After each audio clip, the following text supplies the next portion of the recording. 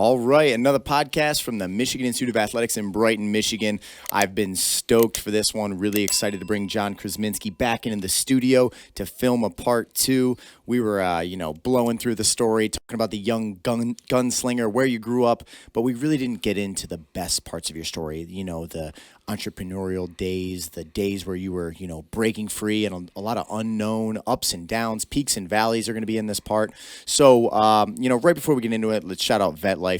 VetLife is a 501c3 nonprofit company. It's a company of veterans for veterans.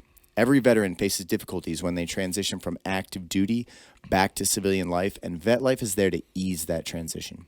If you want to reach out to VetLife, you can do so through Instagram or Facebook, or check out their website at vetlifetoday.org. So without further ado, John, you're back in the studio. It's only about a week or two later. I'm going to do a really quick synopsis of the story. You were talking about being born and raised in lower middle class, remembering the first time that you were told that you were lower on the tier, and you're like, wait, what? And then you moved, you brought in your perspectives, you went off to college, you found an awesome Polish professor that was like, hey, you want to go have some drinks before entrance exam? And you got to really start to experience the world. You worked your way up all the way into Chrysler, and you were like a real gunslinger. You were a guy that was able to bend or break the rules when necessary to get a job done. And you know what? People like that are extremely valuable. Sometimes they're hard to control.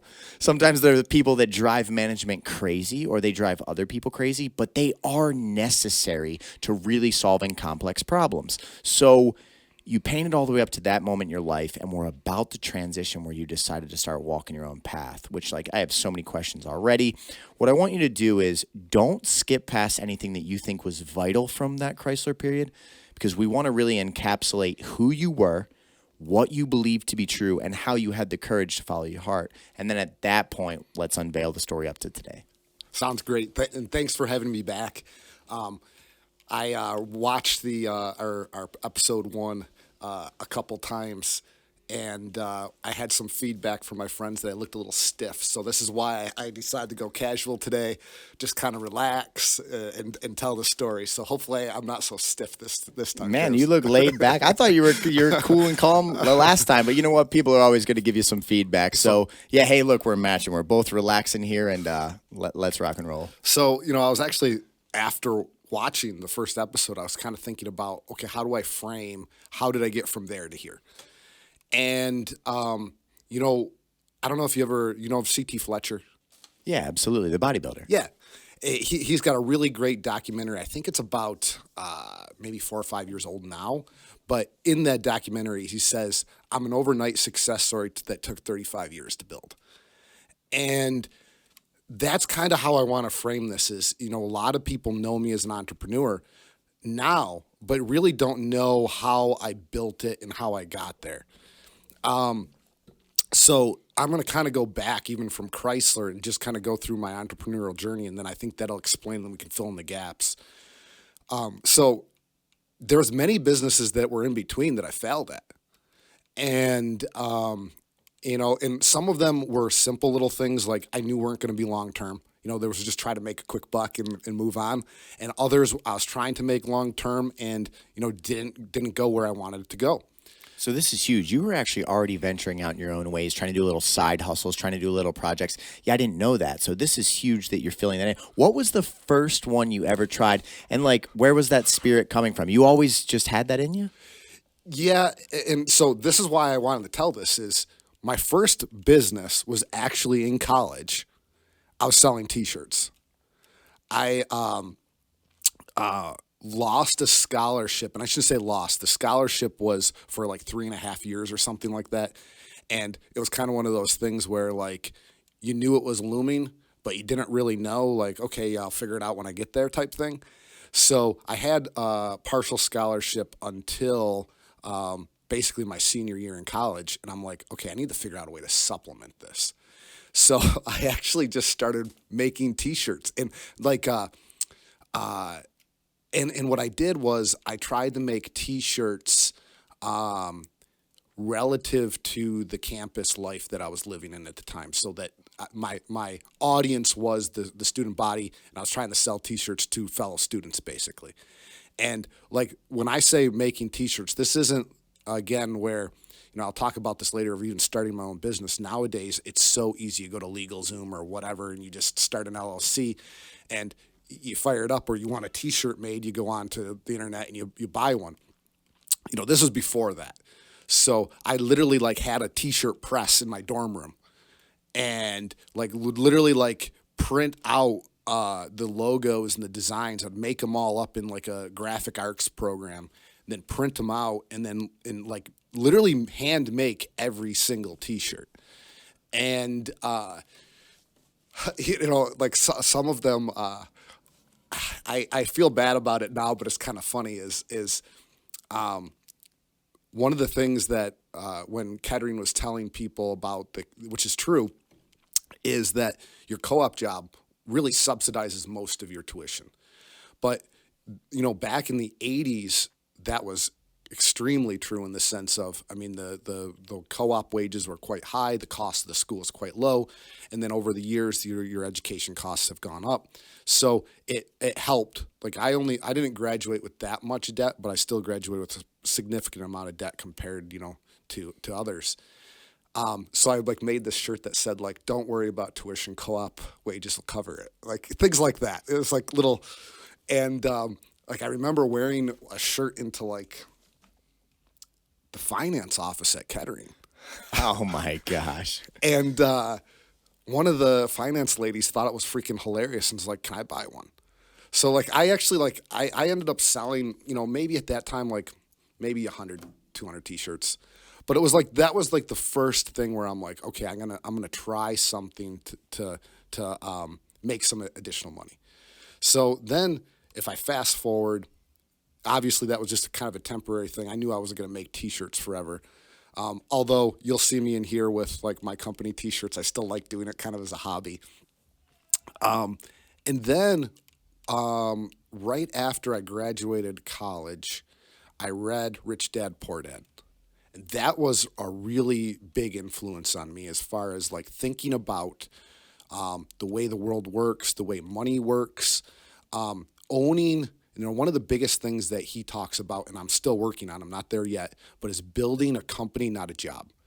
If you own your job, when his designation was a company exists when you're not there, a job is, it's not happening unless you are physically there. So, that's something that's always been on the back of my mind is how do I build that? So being a car guy, I actually started my engineering company way back then. That was around 2005, 2006. And I always just kind of kept it around as kind of like, well, I don't really know what I'm going to do. And I actually started making strut tower braces for Mustangs. I don't know if you know what that is. Yeah? Okay. Yeah, I do. Yeah. So I started making strut tower braces, suspension components. Really what I was trying to do is compete with like a Steeda or any aftermarket, car company. And what I realized quick is I had a hit. I made a strut tower brace that was like the lightest one in the industry at the time. And I could sell every single one of those things that I could make. And then I decided I came up with another product, and that one was an okay hit. And then I came up with another product, and then that one was a total dud. So I had a bunch of money in inventory. I still actually have some of those parts laying around, even though that was 15 years ago, because I just can't throw them out. But I realized quickly, like one product mistake could totally sink you. But I was still making the strut tower braces, and at this time I was newly married, and I'm literally working my day job as an engineer at Ford, and then I'm coming home and I'm making these strut tower braces. And I'm like, what the hell am I doing? Like, it was taking a toll on my personal life, on spending time with, I was newly married at that time, so it was taking time away from the marriage. And it really put a lot of strain on that relationship. So I was like, you know what? I gotta this is not working. I'm not making enough money off of this. So I just kind of finished up all the orders that I had. And then just kind of folded it up and said, okay, maybe I'll try something different. And then after that, I got involved with some part-time work doing like engine upgrades for like jet skis and things like that. And when I mean engine upgrades, like right with the manufacturers where they were going from carbureted to fuel injection for meeting their emission standards. So I did some of that work kind of part-time and kept me in the area of interest, as well as kind of tried to build the engineering services aspect of my business. But one of the things I realized quickly is I really wanted to be in the engineering services world, developing components, developing solutions for people. However, working for a major car company was actually a big roadblock because, that's now a conflict of interest and things like that. So I really couldn't take on the work that I wanted to do because I'm still working for somebody else. So I knew at some point I was going to have to make the leap of, hey, I got to jump into this before, and almost like I have to make the move before I even have the work because, of this roadblock. So I'm sitting at Chrysler one day, and this is now when I'm in electrified powertrain, and I have a group. The group that I was responsible for did all of the powertrain control modules on the vehicle. So there's your engine control module, and then when you look at a hybrid vehicle, you actually have the hybrid control module, and then those two modules speak to each other. So it's actually really interesting. Those of you that are into cars, is you have two sources of torque. You have the engine or you have the electric motor. And the computer systems on the vehicle have to kind of basically figure out how you're managing that torque to the wheels when you have a complex system like that. So the group I was managing took care of all of those powertrain controllers. We released them. We're responsible for programming them. So like if there was ever an update, my team would actually go to the plants and update all the vehicles, things like that. So this is a quite large group. It was 64 employees that I was managing at that time. And it was fulfilling in the sense of it was really, really enjoyable to solve the problems that group had as far as removing the roadblocks and things like that. But the work itself wasn't super interesting to me. So after, when I first joined that group, my boss actually said to me, going back to your gunslinger comment, he goes, before I brought you on board, there was a line out my office of all the problems that was happening. There's vehicles being shut down, things that weren't being taken care of. As soon as I brought you on, that line stopped. He goes, I don't know what you did. I don't care what you did. He goes, but I'm not being bothered anymore. He goes, you took care of the problem. And kind of a funny side story to this, because it matters in my business. One of the things that, even Dominic talked about is that work-life balance. And as an entrepreneur, I feel like I have the flexibility of doing whatever I want, whenever I want, but I'm also always working. So it's not like, and that's one of the biggest things that I think people need to understand is like you can't turn it off like you do a 9-to-5 job. You're always thinking about it, and that can take tolls on things as well. So I having this mindset of, hey, this work-life balance thing. The very first thing I did when I went into this new department is I called like an entire employee meeting. And what they were doing at the time is they were forcing everybody to come in Saturday and Sunday to cover if a vehicle went down. So it was like we needed fast response. So if a vehicle went down, you were there ready to go. And this was killing employee morale because most of it was all salary employees, most of them. So you're not getting paid, but they would actually rotate weekends on who had to come in. Now, there's some employees that were hourly, and they would actually volunteer. Yeah, pay me. I'll come in, whatever. And there's others like, hey, man, like, this is the only time I have off. This is my family time. So I'm like, I've got to correct this problem. Like, this is going to just destroy the morale of this department. So, and I didn't know this at the time, but the previous manager would hold like a Friday afternoon, 3:00 meeting every Friday. And it was basically his way of making sure people are staying there on a Friday afternoon. And I scheduled a 3 o'clock Friday afternoon meeting. And I didn't know that, but I did that because what I was trying to do is address the problem before the weekend. And everybody accepted the meeting notice except one guy. And I went to his manager, his direct manager, and I said, "Hey, what's going on?" And he goes, basically, I already knew the problem. He's thinking I'm trying to hold him there. He's thinking, okay, and I go, "Get him to the meeting." I'm like, everybody else is going to be at the meeting. Get him to the meeting. And I went over with it. I told them my goal. I said, "Hey, everybody, this is why you're here. My goal is to get you off of these weekends. We've got to figure out a process that you're not just here." And I said, "We all have laptops, and this is pre-COVID." And I'm like, "I don't understand why you can't." I go, "Explain to me why you can't do this from your couch." And there was no good reason. And I said, "So does it sound fair that you sit on your couch on a Saturday that you're on call until you get called, and then you can pull up the diagnostics on your computer, and then if you have to go see the vehicle, you go see the vehicle?" And everybody was like, "That's great. Thank you so much." So that was the number one thing that I did immediately. And then that eventually we were able to get rid of the weekend work altogether.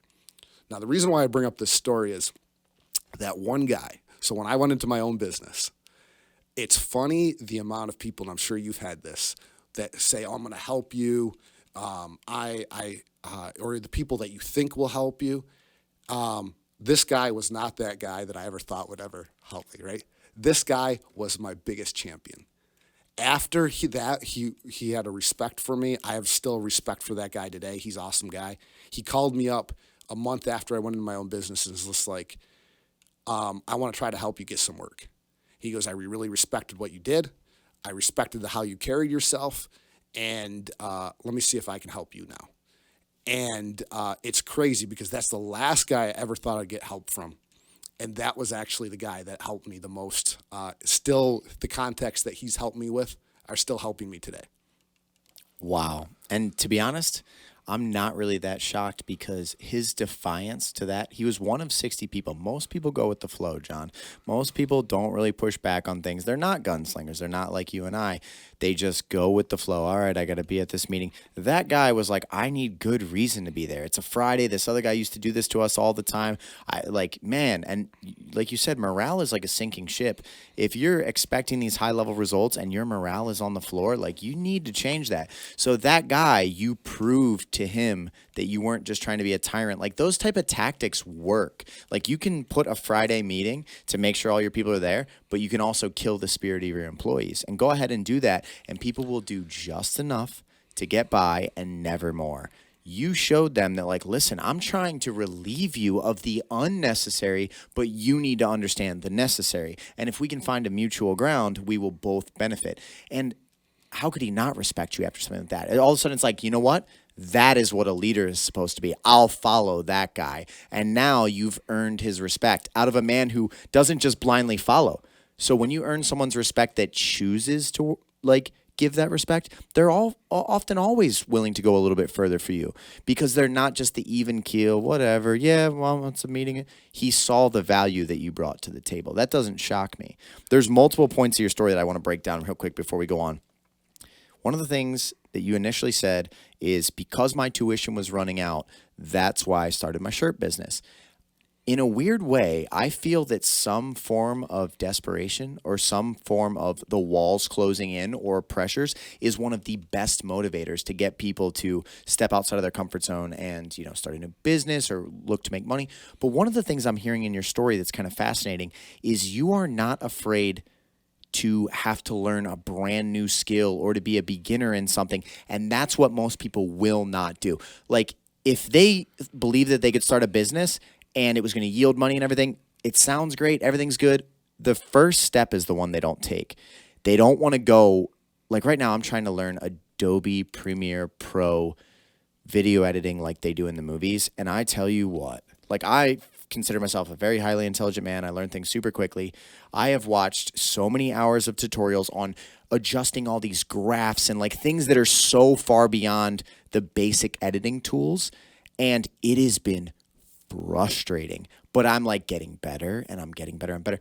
Why are you able to take on challenges like that? Like, how can you just step into a realm where John, the gunslinger, the tie up at Chrysler that's managing all these people, is like, well, I'm going to start in a completely new venture. Where does that come from, John?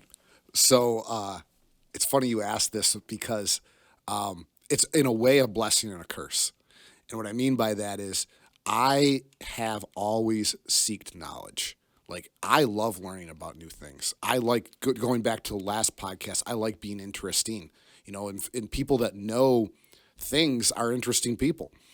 One of the why I say it's a curse is one of the things is my hobbies. I'll start something just enough to learn it, and then I'll be like, I learned what I needed to learn. I'm done. And even my work, even going back to where I was at Chrysler at that moment in time, after I straightened out that group, it was like, well, my purpose here is done. So you have like an ADD almost in a way that like you are constantly, okay, I did this. I need to find something new versus because when you said earlier that you found a winning product with the Mustangs with those struts, my brain instantly went to why didn't you scale the production of this onto a national level, produce as many of these as you possibly could, and then roll that company's reputation into another successful product and just scale it indefinitely. But it was like your brain was already on to like, oh, I made that. What is the next improvement that I can make? Instead of doubling down on something that you created that was a strength. Absolutely, and I think you're right. I absolutely have ADD, probably, and I think I've just managed it throughout my life. But I take it as a positive in the sense of, I'm seeking knowledge. I want to learn about things. I want to understand how things work. Kind of related, this is a bit of advice my dad gave me early in my career, is a lot of people, especially older people, will almost try to, especially in career, will either refuse to learn something from a younger person or let themselves become a dinosaur. And he said, use those people, use them and not use them in a bad way, but if they're willing to show you something, they're willing to teach you something new, use that exuberance, use that youth to learn yourself.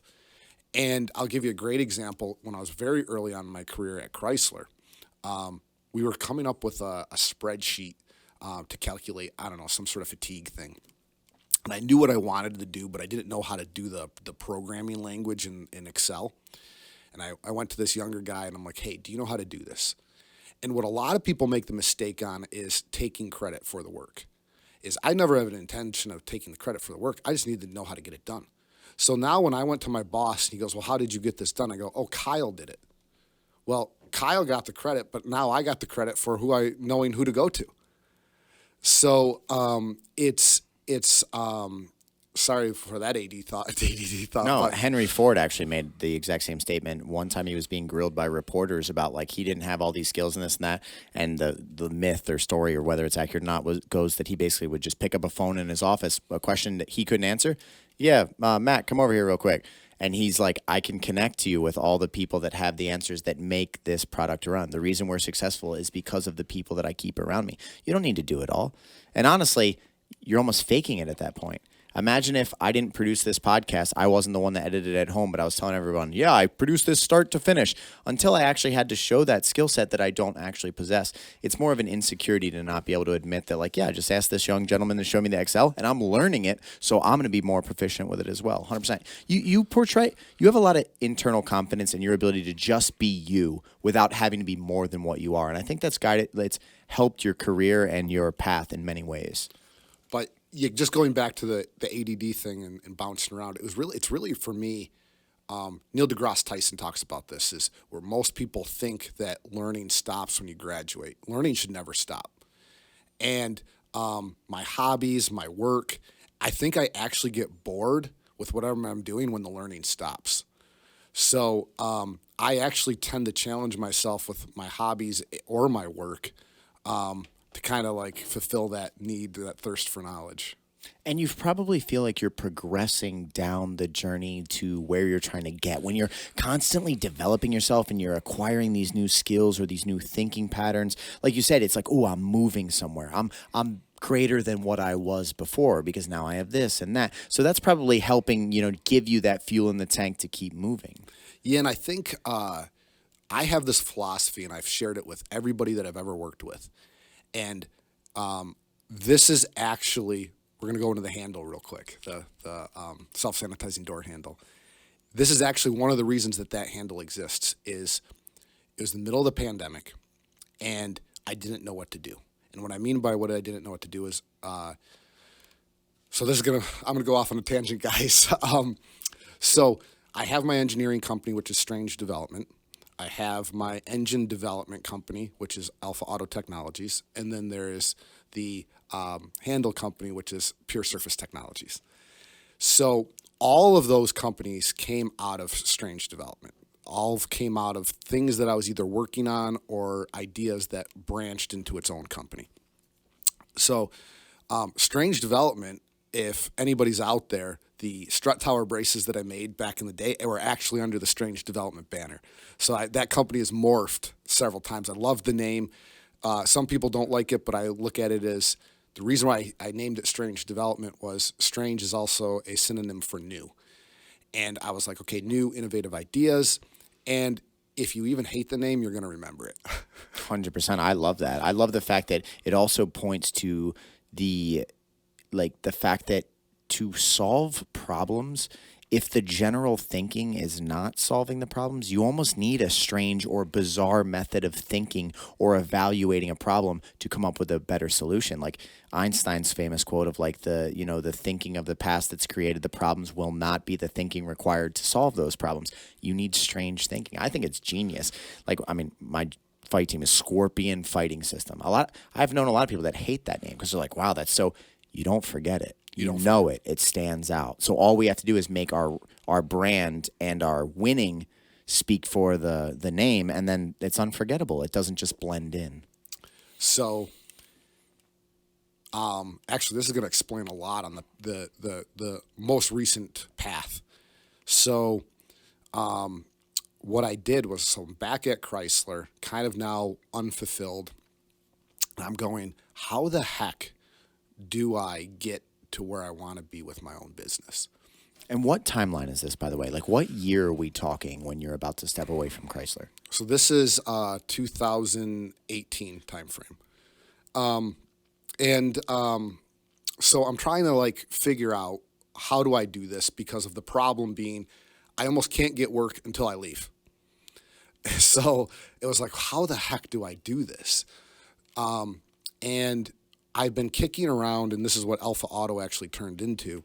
I was kicking around at the time a brand new engine concept that at the time it was to have higher power density for things like unmanned aerial vehicles, range extenders, things like that. So I've been kicking around this concept and going back to that comment of this concept has been in my head. I was actually working on this when my son was I was in the delivery room with my laptop with my son working on this concept. That's how long ago. My son's 8, and I was thinking about it even before him. So I've had this concept in my head for a long time. And what I did was I applied for a research grant to expand the R&D on this project, and I got it. So what my plan was to use the research grant to develop the engine. It was a 1-year grant, and then during that year, build up the engineering services side of my business so that I could use that year now to have time to do what I wanted to do with the engineering services that I couldn't do while I was working at Chrysler. And at the end of that year, COVID hit. And I was like, I don't know what I'm going to do. Because all of the work that I was kind of counting on, all of those contacts that everybody was pulling in their work, everybody was shutting things down. You know how it was here, right? And, going back to my philosophy, that's what I was trying to get to this whole story, is I always say, if you don't know what to do something. And if you do something, you're either going to talk to somebody that is going to give you a different perspective. You're going to learn that this wasn't the path. You're going to learn something. So do something. There's been a lot of things that I've done that haven't worked, but I at least learned from them. And so now I'm sitting around and I'm going, what am I going to do? And at this point in time, people are making what is it? Not the respirators, but the what I'm talking about, where for the COVID, like I'm drawing a blank here, James. You're not talking about just masks and stuff, are you? Not the masks. For like intubate. I want to say intubators, like to help you breathe. Yeah, respirator. Is a respirator? Or ventilator is the word that was used all the time. Yeah, yes. Ventilator. Thank you. I totally blanked on that. No problem. So, people are making ventilators out of like mixers and stuff like that. I don't remember if you remember all that, but it was like, my mom said to me, she goes, well, maybe you can help with the pandemic in some way. So, I started looking around and I have all this equipment sitting idle. I've got an engineering team that's sitting idle. What do I do with these resources? And believe it or not, it still was a conversation with my mom that she said, hey, think about how the world is changing. So this kind of like, with my philosophy of I don't know what to do something. That week I went to an urgent care. And I looked at the door handle. And I go, I'm not touching that door handle. I go, we're in the middle of a pandemic. And I'm not even that big of a germaphobe, but I'm like, I'm not touching that. And all of a sudden it was like, and I know you remember this because I brought the original prototype into here to show you. And you filmed it. And that was idea to original prototype in a week. I was like, okay, let's do this. And then, so that is how the self-sanitizing handle company was born. Wow. I mean, it is shocking, too, that you were just observing the world around you from this little idea that your mom had put in your brain. It was like that seed was planted. You go there, you're like, you know what? The sick people are congregating in this area. Everyone's telling me about how terrible this virus is and the world is upside down. And the first thing I'm going to grab is this same thing that everybody else touched. What if I could make a difference in that? Genius. So sometimes the most powerful moments of your life are incredibly simple moments if you're just in the moment, you're paying attention, and you allow your imagination to run. A lot of times people want to be realistic. They want to, take the black and white path. It's like that imagination is what unlocks the doorway to go, I could do something about this. I could be the one that presents a solution to a problem that hasn't been solved yet or offers a product that is desperately needed. Keeping your imagination, like when we're kids, we all have imagination.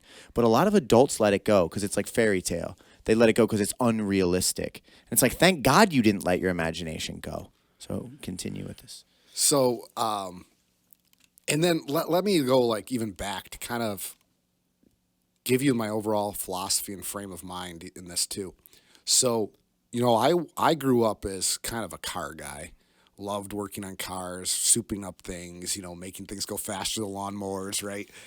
But when I had kids, things changed for me significantly. And what I mean changed for me significantly, it really made me reflect on, and I never thought this would happen, on what am I leaving this world like for the next generation?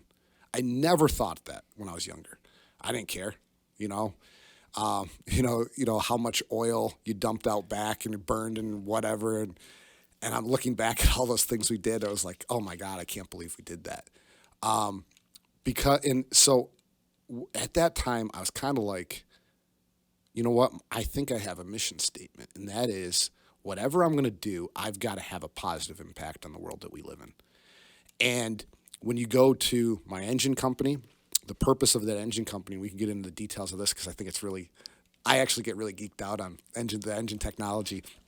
But it is the ability to run carbon neutral fuels and also produce less emissions even while you're using those carbon neutral fuels. And then with the handle, I was thinking about it, and I've even said this to a friend of mine, is who knows how I can impact the world by maybe somebody that's even smarter than me doesn't get sick and invents the next thing. So I'm like, think about the what do they call that? The Butterfly effect. butterfly effect. So everything that I do, I want to have some sort of positive influence that I'm leaving behind. So one of the things I want to ask you about before we go deep into your different companies and some of the struggles you've had as an entrepreneur is your personal life, because your personal life to be an entrepreneur and to not have the answers yet. Like if you were independently wealthy and your parents had passed down a massive trust fund and you got to just do what you wanted to do, you probably could have balance because there's not a desperation. The problem is when there's a desperation and you feel like you could be a sinking ship, your brain can't shut off. And I can relate to that. To the point where you, from the moment you wake up to the moment you go to sleep, you might try to be present with your kids. You might try to be present with your family. Your brain is thinking of, how do I solve this problem? How do I grow this? How do I scale this? How do I fix this? How do I do that? How do I provide? And from your point of view, you're doing all of those things for your family. From their point of view, you are distant and not present and living in your own head. And it's like that disconnect is brutal. Like I had a moment with Stacy where her and I almost split up, where she basically came to me and said, like, I do love how passionate you are, and I do how much love and respect how much like this is your vision in life, and dedicating all these people is your number one priority. And I understand that. But I'm telling you right now, if you don't make it a point to, like, Saturdays are our date day or our family day, or you don't start, you can't be having conversations till 1 o'clock in the morning every night with the fight team because you have all these people wanting to speak to you. And I pushed back initially, John. I was very like, you don't understand. This is what it takes to be someone of my level and to be building the things that I'm building. This is what it takes. And she basically put her foot down and said, like, okay, if that's what it takes and you refuse to change, then we will split up. Or you can give this a shot and see what happens. And I tell you what, no joke, John, genuinely, and I mean this fully for the people that watch this podcast, I thought we were going to end up breaking up because in my mind, I was like, she doesn't understand that if I do not live and think and be like this, the entire thing will crumble. Like it'll fall to pieces because I'm not giving 100%. And to be honest, I was wrong. Like when I set proper boundaries and I limited myself to, like, you can be obsessed, like, from the moment I get up to this point in the day, you can go all in obsession, but then you need to give your family this other portion. It actually did work and it recharged me better, and I'm actually more efficient on both sides. But I tell you what, my entrepreneurial brain fought that tooth and nail when she suggested it. So I really want you to try to describe from the gunslinger at Chrysler where you're working the traditional job and yeah, you're going too much all in. How in the world did you balance a personal life? What do you know now that when you look back, you would have done differently? Just really, this is the behind the curtain look that everyone would want to see. So this is a great question because honestly, entrepreneurship, to your point, does take a toll on your personal life. I have 2 kids, going to be 9 and 14. And one of the best pieces of advice, and any advice that I could offer any parents that are listening to this is, I don't know who told me this, but kids think that they're the center of the world. I mean, we all do when we're children. Some people don't grow out of that. Some people don't. So, when I have a bad day or I'm thinking about something, I make sure that I let them in on my thoughts. Because, they'll think, hey, Dad's upset. That means they're upset at me. And I go, no, I'm not upset at you. Dad's upset. But it's something to do with work, and this is what's going on. And it really helps them understand me, and it's not about them. So that's the one thing I would like to say, because it really has helped me with my relationship with my kids. The entrepreneurial journey, with personal life and relationships it has been difficult, James, to be honest. And like I even said, I noticed it immediately when I started that first business making strut tower braces. Is this going to impact my marriage? I did end up going through a divorce. And what was your mindset at the time? Because clearly you probably saw the struggles, but you were probably justifying all the struggles and all the difficulty. Like, she doesn't understand. This is what I have to do. This is what success takes. Like, what was your mindset at the time? Or were you just trying to ignore it? Were you, et cetera? That's a great question. I don't think I was trying to ignore it because I take personal relationships very seriously in the sense of friends, romantic interests, anything like that. So I think it was more of trying to figure out, and I think this is what you were discussing, is how do I, do the entrepreneurial journey and balance this somehow. And I don't know if, I don't, looking back at it, I don't think I did it right where I just shut it down. But it's what I felt I kind of had to do.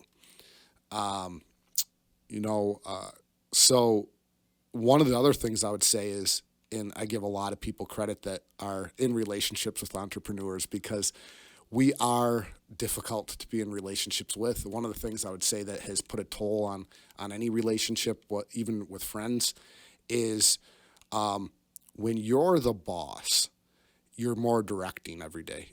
People that are working, if you're in your own business, you are your own boss. So you don't really have those personal relationships where it's just like shooting the shit around the coffee pot. You know what I'm saying? And just talking about things. And because of that, you tend to lean on your partner for those type of things more. And I think that puts even more stress on the relationship. So not only the stress of you trying to become an entrepreneur, but the stress of maybe you trying to get some of your other needs met because you don't talk to anybody or something like that.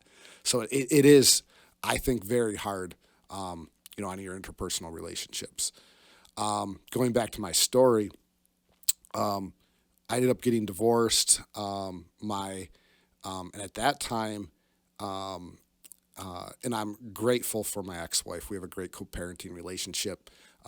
We keep the kids' interests in mind. But I actually kind of almost gave up on the idea of being an entrepreneur at that point because now I have very young kids and I'm more like in survival mode in the sense of, okay, I need to make sure my family is taken care of. Some of my goals maybe aren't as important at this point. So one of the biggest delays in my journey was actually when my kids were small because I was really being their caretaker and learning to become a single dad. When I got divorced, my son was only 6 months old, so he was still being bottle fed. And at the time, I would kind of make the joke. People would ask, "Hey, how are you doing? How are the kids doing?" And I'd go, "Well, they're alive." But it's really not a joke. It wasn't a joke because, at that time it was like, I just got to keep these kids alive. So I really kind of gave up on it until they got a little bit older. I got used to the swing of, hey, I can handle this. And, got to a point in my career, and this is going back to even the question you had about what was I doing while I was even working at Chrysler, is I would get a bonus. And I wouldn't take that bonus and go on vacation or whatever. I'd either pay down debt that I had or go buy equipment. So like I was amassing equipment, things that I needed to do to start building this business before I even got there. But I know you wanted the kind of the personal journey, but it was it's been hard. Do you feel that you get most of your needs met and what you're looking for out of this life from being an entrepreneur so that the relationship can take a back seat? Or has it been a very lonely road and it's like almost, it's hard to say, like, are you fully satisfied as long as you're like crushing it and building your projects and programs and everything like that? Or are you looking at it and saying, I've got to make sure I start investing in this other area too? Because we often look at the business side for all the problems that are in front of us and all the things we want to solve or the things we want to do. But it's almost like, the relationships could fit into that exact piece. You could be looking at it and being like, man, I need to be fixing this area too. Because as men, I can't speak for like how women feel, but as men, we want to provide value for others. We want to know that other people value us for what we do and bring to the table, as whether it's as a father, as a husband, or it's as a friend. We want to provide value. So when you're in your entrepreneurial state and you're crushing everything like that, but there's no person in the picture, is there a feeling of emptiness, or are you happy to just be on your journey without distraction? I'm trying to dig into the real psychology behind the scenes. there is definitely a feeling of something missing, to be honest with you.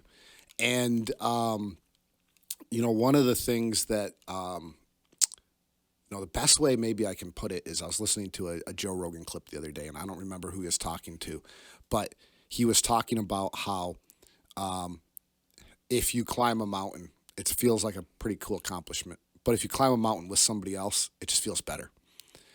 So is it satisfying? Yes. But, being able to share that with somebody is better.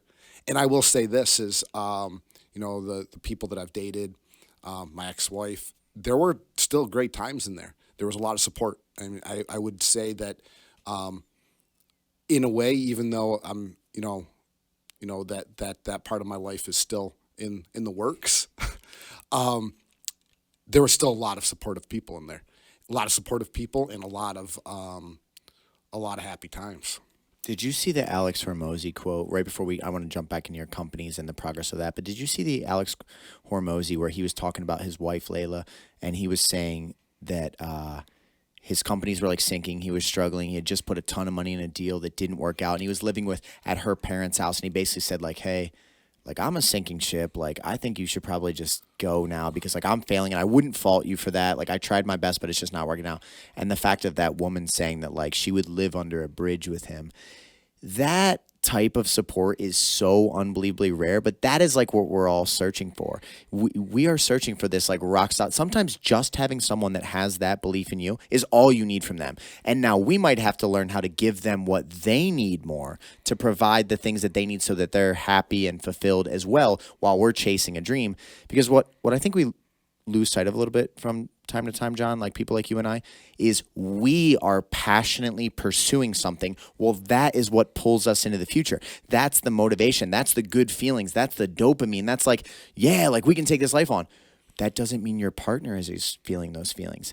They're along for the ride, but if that's not their journey and their needs aren't being met, it's like we feel like, yeah, we're doing it. We're succeeding. We're winning. And they're like, no, I'm not. I'm just along for the ride. And it's very hard to take yourself out of your perspective and be like, but like I'm providing a good life and I'm making money. That might not be what gives them the fulfillment that they're looking for. You know what I mean? I don't think I've ever thought about it that way because, I'll give you another example is I wasn't in any relationship when I got my purple belt.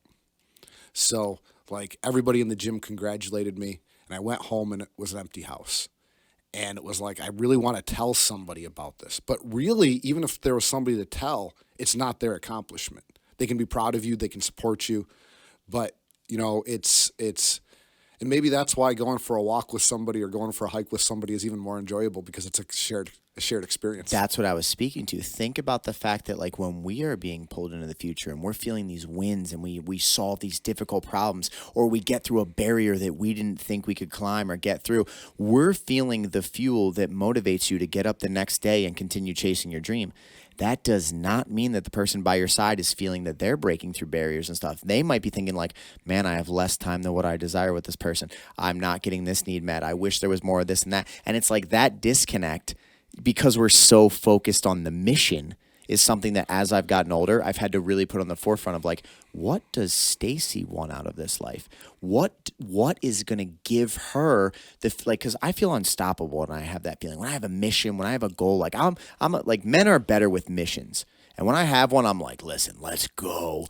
But it's like, I need to think from her perspective of what mission does she need to be believing that she's fulfilling so that she has that same type of joy and progress in life. And that's a hard thing to think about. Really fulfillment in life, right? I mean, that's what we're all trying to find is our purpose, getting fulfilled, and that companionship that goes along with that.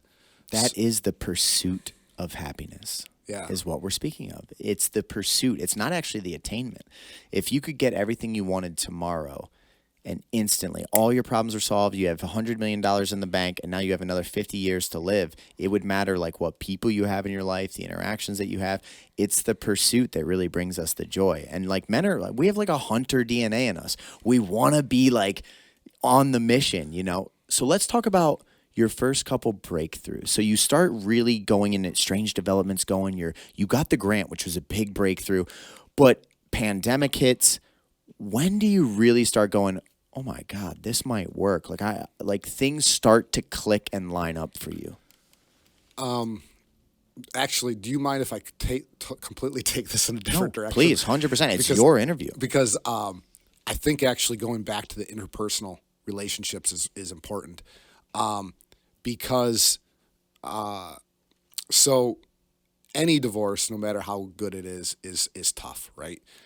And I wanted to kind of go back to something we mentioned in the last podcast was Gentoberfest, and how that fit into my life story and why that ever happened, and my thought processes on that actually did help business as well as far as contacts and things like that. Let's actually do that. Let's break down John Toberfest, because for the people that are watching at home that don't know what John Toberfest is, this man used to throw absolute bangers, like some of the best parties.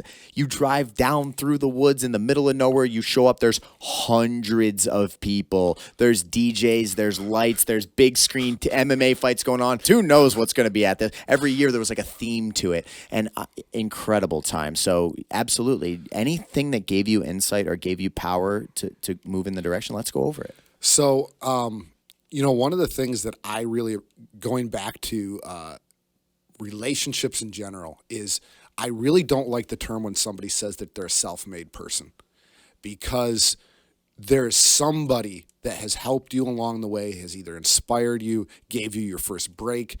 I've even said it when I've been in here rolling. I really want everybody to know that has come in contact with my life, no matter where you were in my life path, that I appreciate you, because you have no idea what, I even said to Nick the other day, hey man, I appreciate rolling with you today. And I just went through a really, really tough day. And just somebody there to listen to you, talk to, that is the butterfly effect, though, right? Imagine if some of those pivotal moments in your life, if you didn't have these seemingly irrelevant interactions with the right people, you could be a completely different person. You could be a complete failure in business if you wouldn't have had just the right conversation, just the right spark, just the right motivation. That's huge. So after I went through my divorce, I really wanted to say thank you to all my friends, is really what the reason that the party happened. It was really a thank you because, and like I was saying before, is there's no such thing as a good divorce, right? So, there was so many people that I leaned on during that time. And even people that, I know maybe you and I even weren't as close back then, but, that I was leaning on, and you might not have even known I've been leaning on you. And, so, one of the things that was funny is one of the people that came to the party, maybe the first or second year, said, "Happy birthday." And I go, "My birthday's in April. Like, this isn't what this is about." And it was really the reason that the party started was to say thank you to all those relationships that have been in my life and inviting everybody out. Let's have a good time. But, thank you for being there for me when I needed you.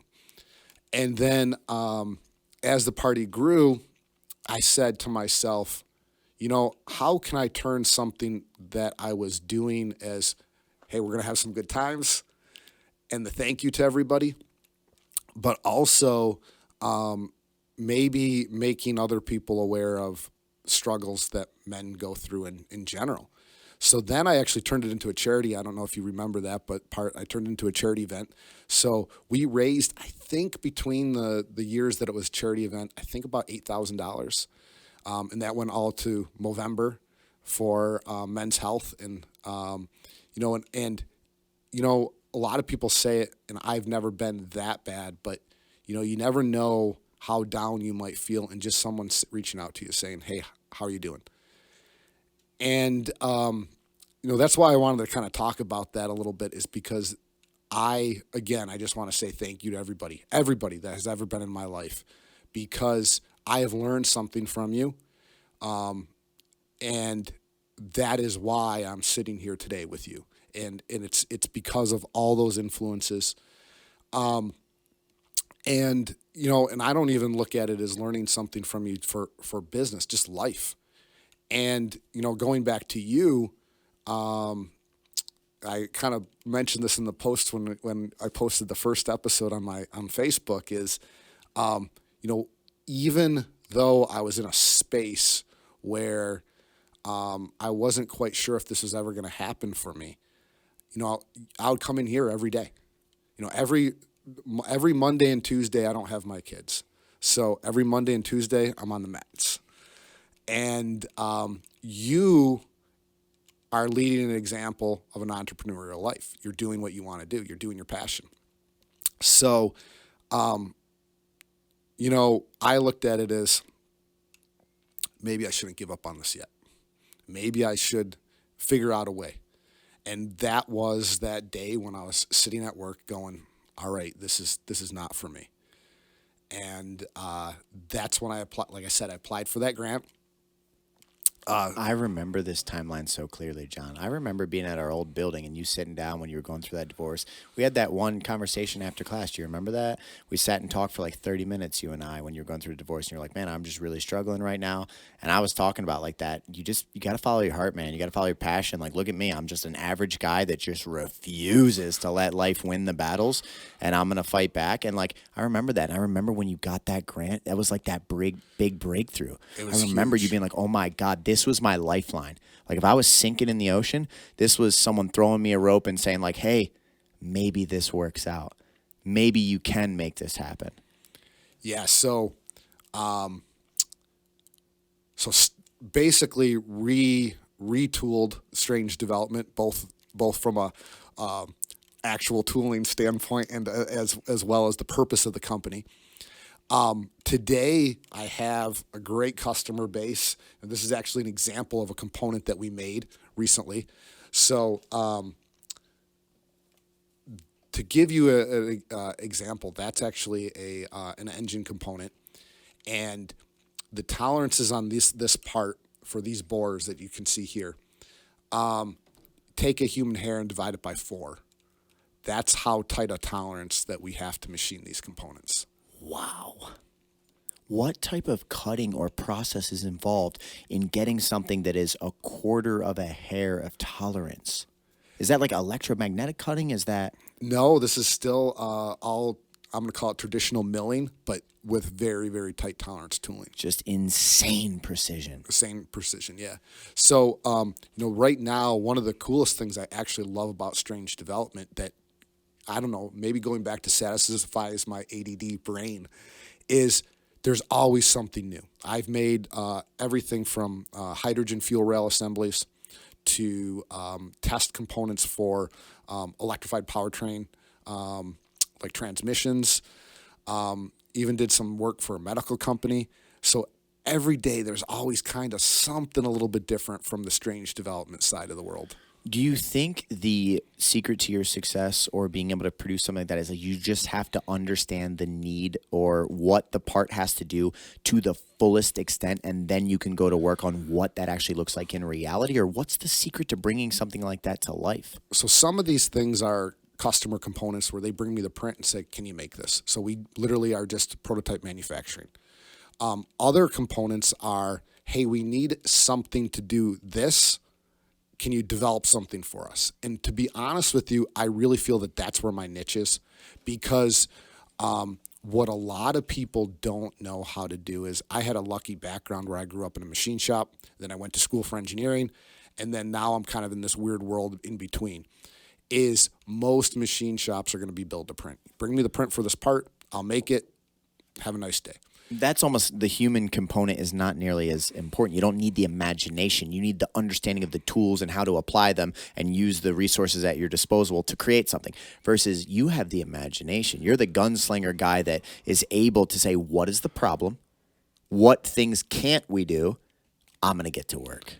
And I think where my skill set fits so well into that niche is, how do we solve the problem with a component that we can actually manufacture? there's so many things that I saw when I was working at Chrysler, at Ford, where people would come up with these harebrained ideas. Some of them were, I shouldn't even were harebrained, and they were great ideas, but you couldn't make the darn part. So, having a really good understanding of the complete process of, idea inception to how are we going to make it is super critical to having something like this being made. That makes sense. I mean, you have to work in some type of boundary of, okay, can I bring this to life? The best way for a road to not wear out is to have an anti-gravity car that floats across it, right? Like, I mean, yeah, in theory, let's get to work on that. Let's just make us not contact the roads. But instead, you need to look at, okay, what is the problem? What are we really trying to solve out of this? And how do honestly, efficiency is probably a big deal. What is the most efficient way that I can produce this so that the success rate is high? Like the more complex something gets, the more chance of failure most often. You want like the simplest solution to do the job without, being too simple that it fails. It's funny that you say that because one of my old bosses, and I used to say this I still say this all the time, is parts that aren't there don't fail. That's a great point to a simplicity, 100%. And I actually say this a lot in coaching. I actually, when I'm coaching my coaches to coach people, as I tell them, like, listen, if you can't explain something extremely simple to people, you don't understand it well enough. That's an Einstein quote. You need to understand your subject matter so well that when they ask you about an anaconda choke finish, whether it was someone's first day ever or you're tweaking a black belts game, if you understand every single nuance of something, you can explain it simply to people because it's not difficult. If you understand an internal combustion engine, it makes so much sense to you on how the crankshaft rotates, the piston goes down, you spray some fuel, you light it. It's not a difficult concept, but you have to have the search for the knowledge. You have to want to understand the problem so well that you can fill that gap. And I feel like you are the perfect guy for that. And you are strange in that way. That is not the norm. So the strange development, that bizarre type of thinking is actually your secret. That's your power. Yeah, and that's actually, going back to the work that I enjoy. I think that's why I enjoy that work so much because it's really using. I heard this the other day, and I don't remember who said it, but it's like you're the most satisfied when your skills meet your challenge, and getting challenged in that way every day is very satisfying. My goal is always to keep Strange Development doing that because, quite frankly,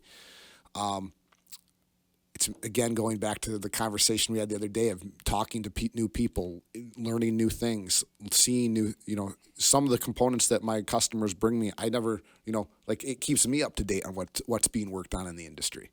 100%. There's one more quote that I got to throw out here because it was one that hit me so hard. And it said, like, no man will suffer more than he who isn't challenged. And it's like, we think about it opposite. We think about like the challenge in our life is what brings the stress and the difficulty and the conquest of challenge, the leveling up process, the ability to transcend to a new level because you beat this problem that you didn't even think you could solve. That's what really brings self-confidence and fulfillment and all those things. You're speaking to it perfectly. And if people could reframe their minds that like when a challenge comes up in your life, if you can put your mind on, I'm going to rise to this challenge and I'm going to find a way to beat it. That's a different motivation. It's the same challenge, whether you look at it as a stressful event that is giving you all this anxiety and you don't know what to do and you feel lost, or this is a challenge ahead of me and I'm going to step up and I'm going to find a way to solve this problem. It's a mindset, man. And I think you've nailed that from every part of your story. You've talked about, I'm willing to go to work to learn something new if it allows me to conquer some type of difficulty or to be a more interesting person. Exactly. Win-win. Have stories to tell, right? Going back to the last podcast, when I'm 80, I'll have some cool stories. So let's now go to 2020. We're in the pandemic. You recognize that the urgent care, there's something to do here. You had that grant. You've had a little bit of success. You have multiple companies now. Like you're really, I remember you got like a deal with one of your engines too. So I'll go into that here. Yeah, let's do that. Yeah, so now this engine that I originally was developing under Strange Development gets now made into its own company. So all our engine technology is now under Alpha-Otto Technologies. And what happened was, So that first grant was, it's going to sound like a lot of money, but it wasn't a lot of money. It was $250,000. And most of that money went into developing that engine. It all got poured into and even one of my friends that is very well versed in the industry said, I cannot believe that you went from nothing to a running prototype engine with that little money. I mean, if you think about like the major OEMs, we're when I was working at Chrysler, we're spending $3 million, $5 million on a prototype project that and that's on the low end. So it was a credible effort, but I always tell people, going back to my comment, that I was working on this engine years ago. This was in my head for a long time. So it looked fast, but this was a long effort. And we're approaching the end of that contract year, and I'm generating the data to prove really if this technology is viable. And that data to prove that is either going to get me the next phase of the contract or I'm done. So, there's times, James, when I was even listening to the last podcast when I said I just had faith. I think this time, actually going back to the personal life things, I want to tell people that this does affect you both emotionally, physically, everything. So around this time, I thought I was having a heart attack. So I woke up in the middle of the night, thought I was having a heart attack, and did probably what I shouldn't do. I originally was just going to go back to sleep.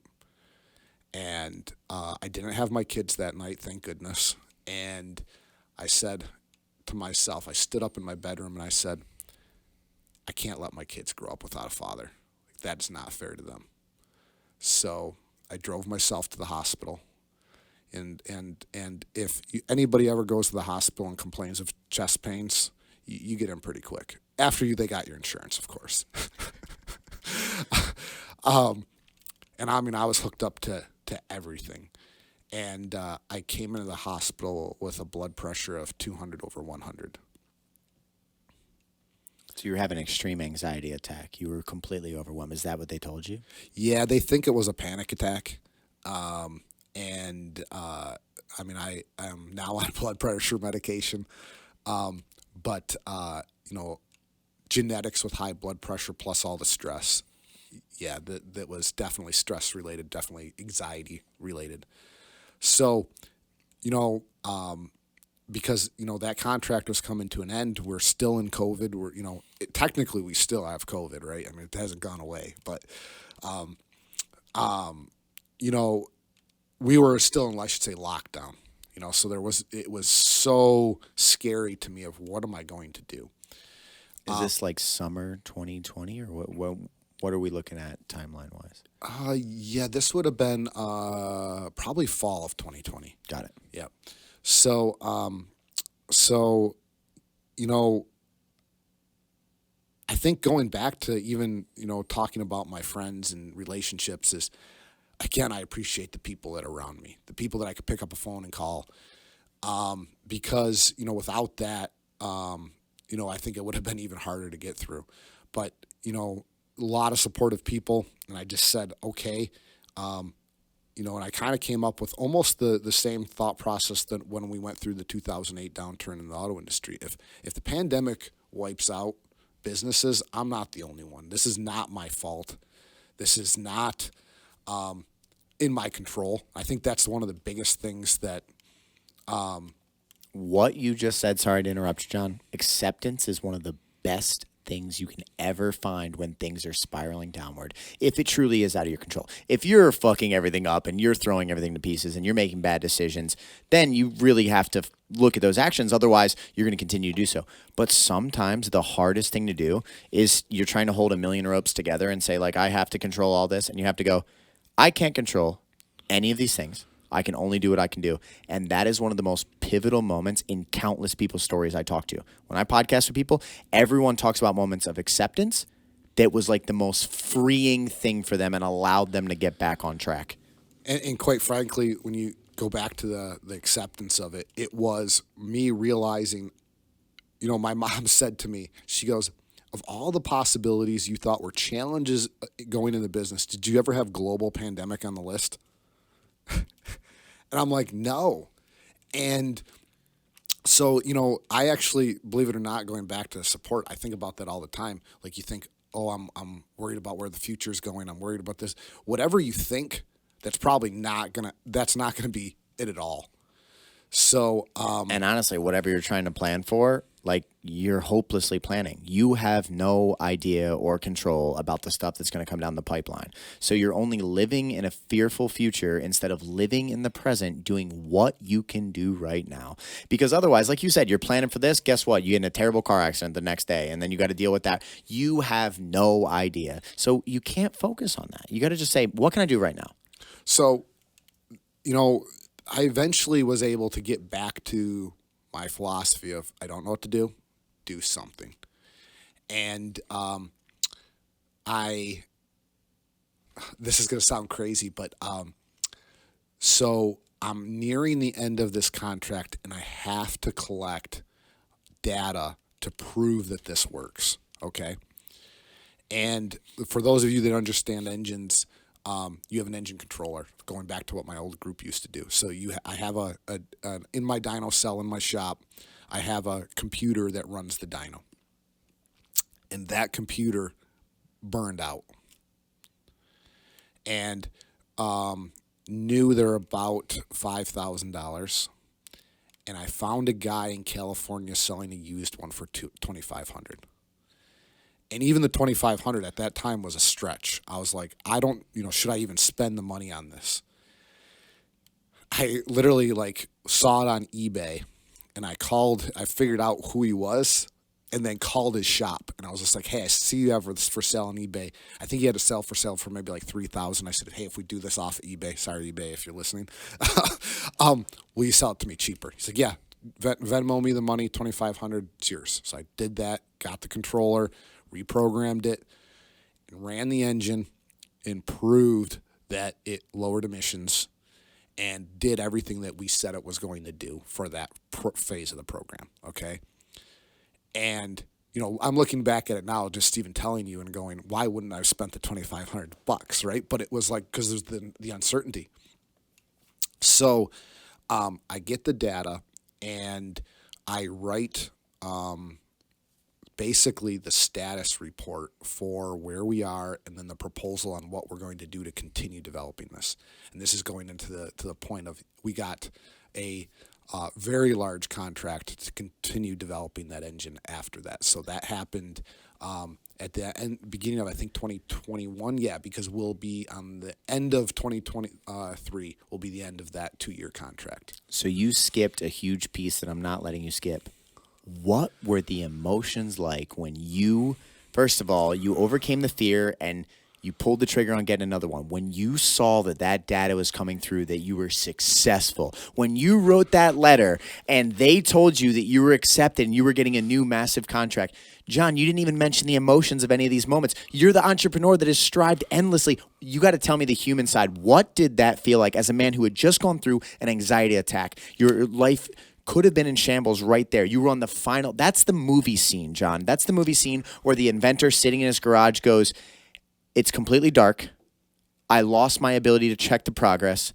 It's game over, man. It's game over. You take a long shot, you go for it, and then the doorway opens. Tell me that doesn't seem like divine intervention or some talk about the emotions, John. So I'll even take you back, and I'll give you 2 emotional times, all right? So it took me about 4 months, going back to my skill set of developing this entire thing virtually in the computer, so designing all the components, and then getting the engine actually physically made, so then machining all the components and putting it together. That in itself, that the thing went together, is like a huge feat, right? Now, I only have one engine, one. So this thing is worth, to me, everything. So I remember the first day I mounted it on the test stand, I almost stood back and looked at it, and I literally stood there for probably 20 minutes just looking at the engine, because I was scared to run it because there was so much tied up into this engine. I mean, that's like a child. You brought something from the ether, from an idea into a thought process, into a plan, into action. And now you are holding this entity. It's like a living force at that point. You're like, my life's work depends on this thing in front of me. So I'll preface it with this is I know this, but an engine starting right away in a prototype world is almost non-existent. Even if you work for a General Motors or Chrysler or Toyota, like when you do something majorly different, the idea that this thing's just going to run. So I put everything together, put the fuel in, and start cranking. The thing's not starting. It's not starting. And as you know, I have the bar in the shop where the John Toberfests were. And what's funny is I don't drink, actually. I don't drink much at all, maybe just socially a little bit. But going back to that real quick, that was just because my friend told me if you want people to come over and visit you, have beer. So I went a little overboard. But I've got the bar, and I sat down at lunch that day, and I just put my head down, eating lunch, and I go, did I miss something major here? Am I not seeing how this is supposed to work? And I went through all the data, all the computer simulations, everything, and I'm just going, this makes no sense. Why is this thing not running? Like, I almost like, that's it. Like, I'm done.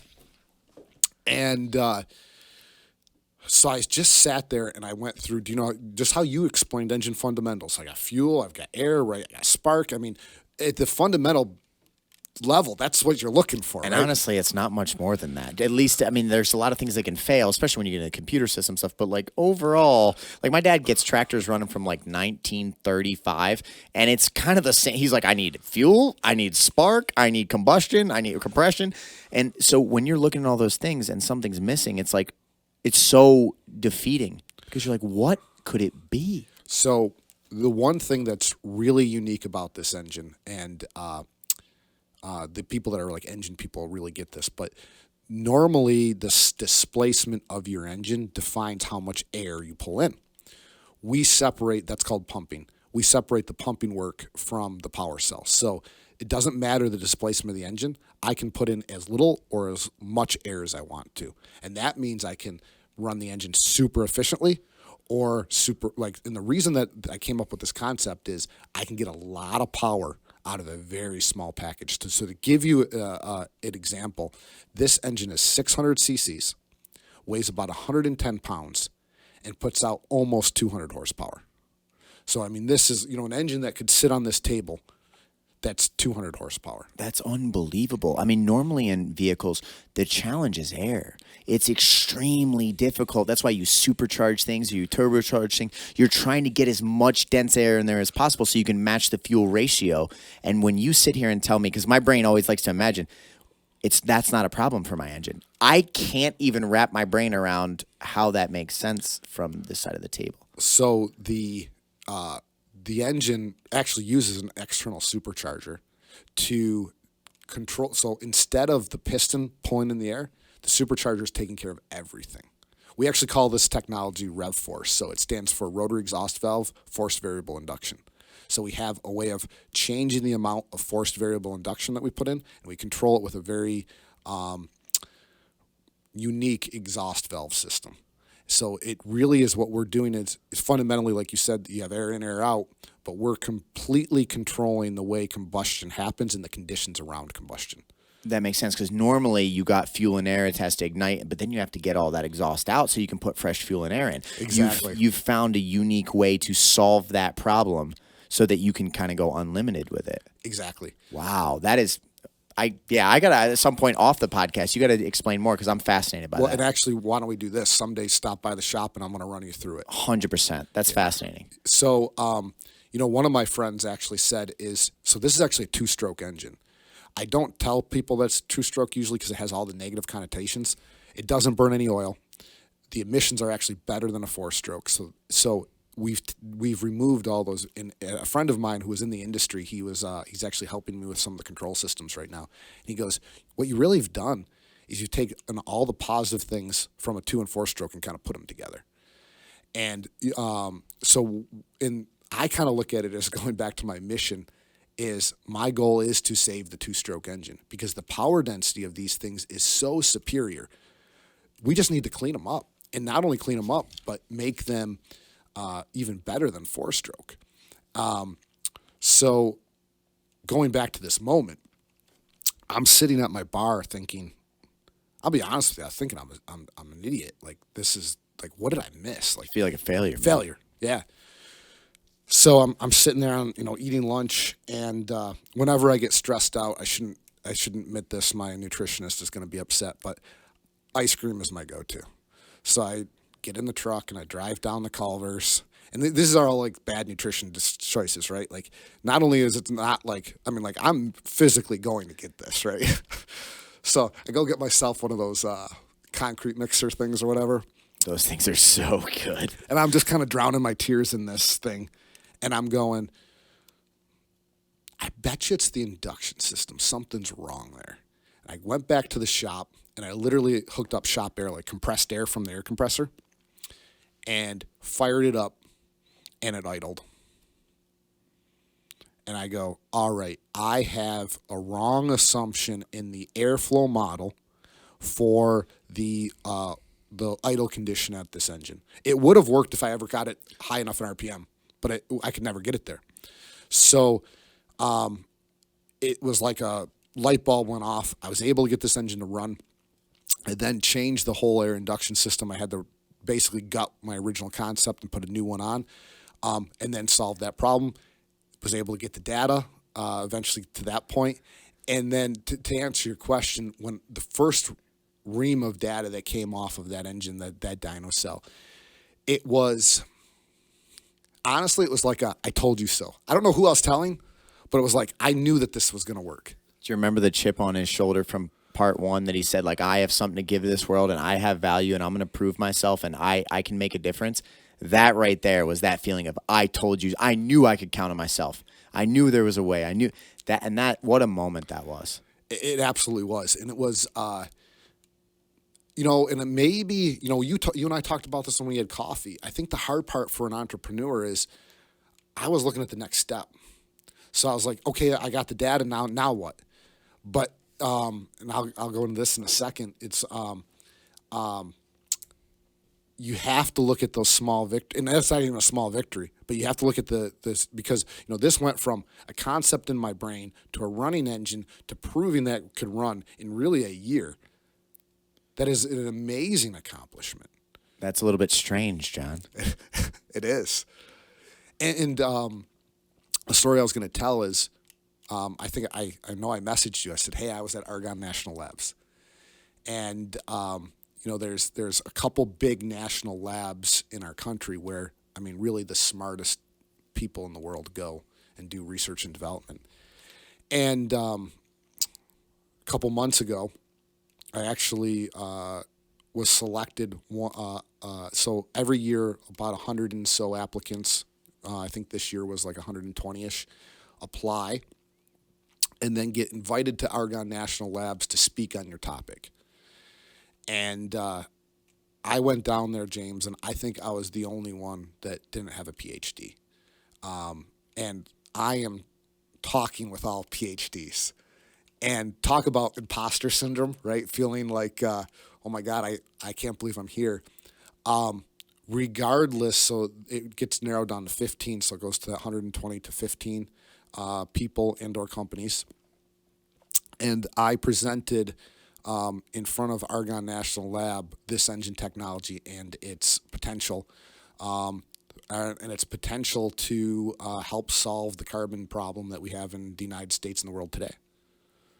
Unbelievable, John. I want to just give you perspective really quick. The strange development guy that was partying through school, who has a little bit of a chip on his shoulder, who comes from the bluest of blue collars, who did an MMA fight, who scraps with people and throws down. You're not the PhD sitting in a lab. You are strange. You probably stuck out in that group like a sore thumb. And you know what? Honestly, that would empower me even more. When I'm in a setting that it's like most people would look at, like, why is he in this setting? Why? and you're meant to be there, that is empowerment, man. That is that young boy that was like, I've got something to give to this world. And you're forcing others to see it and learning how to like be in a room like that and convey who you are and what you bring to the table without the, like, well, oh man, like these people are so smart and so intelligent, and going like, I belong in this room. That right there, what a moment. Go back and tell that young John, hey, guess what? At 41, 42, this is what you're doing. You're dominating. See, and actually, even going back to mixed martial arts, right, is Tristan the other day, going back to a Tristan story. I always wear this brand. I don't know if you've ever noticed that. Oh, yeah, you've worn that brand since like almost day one that I've met you, man. RVCA was huge for a while, too. Like BJ Penn would always rep it. Legend. So do you know their philosophy, what their thing is? It's a balance of opposites. That's their whole company philosophy. And so any shirt that usually comes out that has balance of opposites, I have one where it's like industry and nature or something like that. I like their brand. Not only I like their clothing, but more for their philosophy than their clothing. And like when I'm sitting in that room giving a speech about the alternative fuels that we're capable of burning, I am just as much that person as I am the guy in here, grinding it out, a jiu-jitsu or MMA class or whatever. And I really, truly feel that my life is that balance of opposites. And you have to have both. And that right there is what being a human being is meant to be. You are so much more diverse and capable than you could ever imagine. And it's like most people are never told that. They're told, like, these are the boxes you fit in. This is where you belong. This is your level. This is your group. And they don't challenge that. And if you would take a step back and go, I am everything, because I'm just consciousness in this world. And if I put in the work and I follow my self-belief and I do these things, there are no limitations to the level that I could get to. You could win a prize on a level that you can't even imagine if you allow yourself to pursue the path. That is an amazing mission statement. There's one more thing I have to say is you triggered my brain. I wrote a note on this sticky pad over here. Your philosophy actually is Nike. Nike is not just do it and always win. It's when there's nothing to do, when you don't know what to do something. Nike celebrates the people that go for things. It's not just greatness. Nike, we hold in our culture incredibly high level, but it's the doers. It's the just do it, John. So when that doubt comes in your mind and it's like, I'm not really sure, the trying brings all of the reward. It's not actually the winning, because if you relentlessly pursue trying, the victories come one way or another, whether it's in lessons or losses or setbacks or the moment where the engine fires up and you just had your concrete mixer and just do it. You know what I mean? So is there footage from this conference? I'd love to see you speaking there. Yeah, there is. I can get you footage of it. Please send me that. I'd love to watch it just because in my mind, I love complexity in people, and like I know you as John the fighter and the inventor and the entrepreneur and all that, but just to see you in that different lens where you're up on that stage in a suit talking about how you can revolutionize the two-stroke industry, because two-strokes when I was growing up was always considered extreme power, not really reliable. You want to go with a four-stroke, they're more dependable, they can't do what a two-stroke can do, but it's better technology. You changed that. That was a staple belief. Like I grew up riding motorcycles. That was a staple belief. And it's like you are fighting that ideology. Yeah, and it's really correcting the problems with the design, going back to engineering and design. And maybe I'll go down this road a little bit.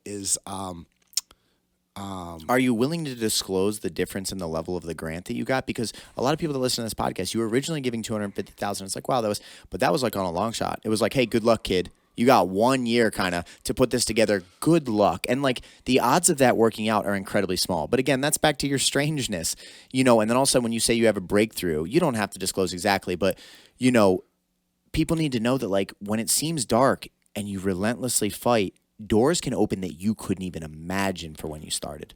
Yeah, let me just say significantly. That's what I'll say. There we go. It was significant. It was significant. It was life-changing for me personally. It was life-changing for the company. Absolutely.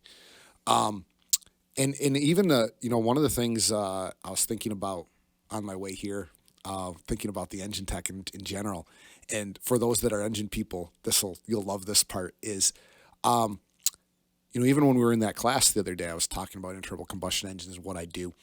And one thing that I have to be careful with is I'm not fighting electrification. There are many good applications for electrification.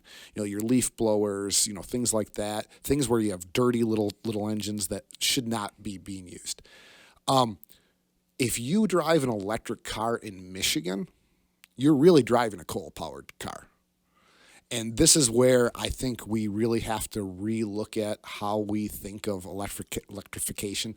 And even put this in perspective, and why I say you're driving a coal-powered car is the electricity mostly from Michigan comes from coal-fired power plants.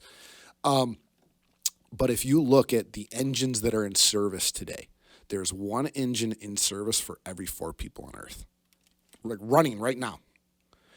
The power grid cannot add that amount of power.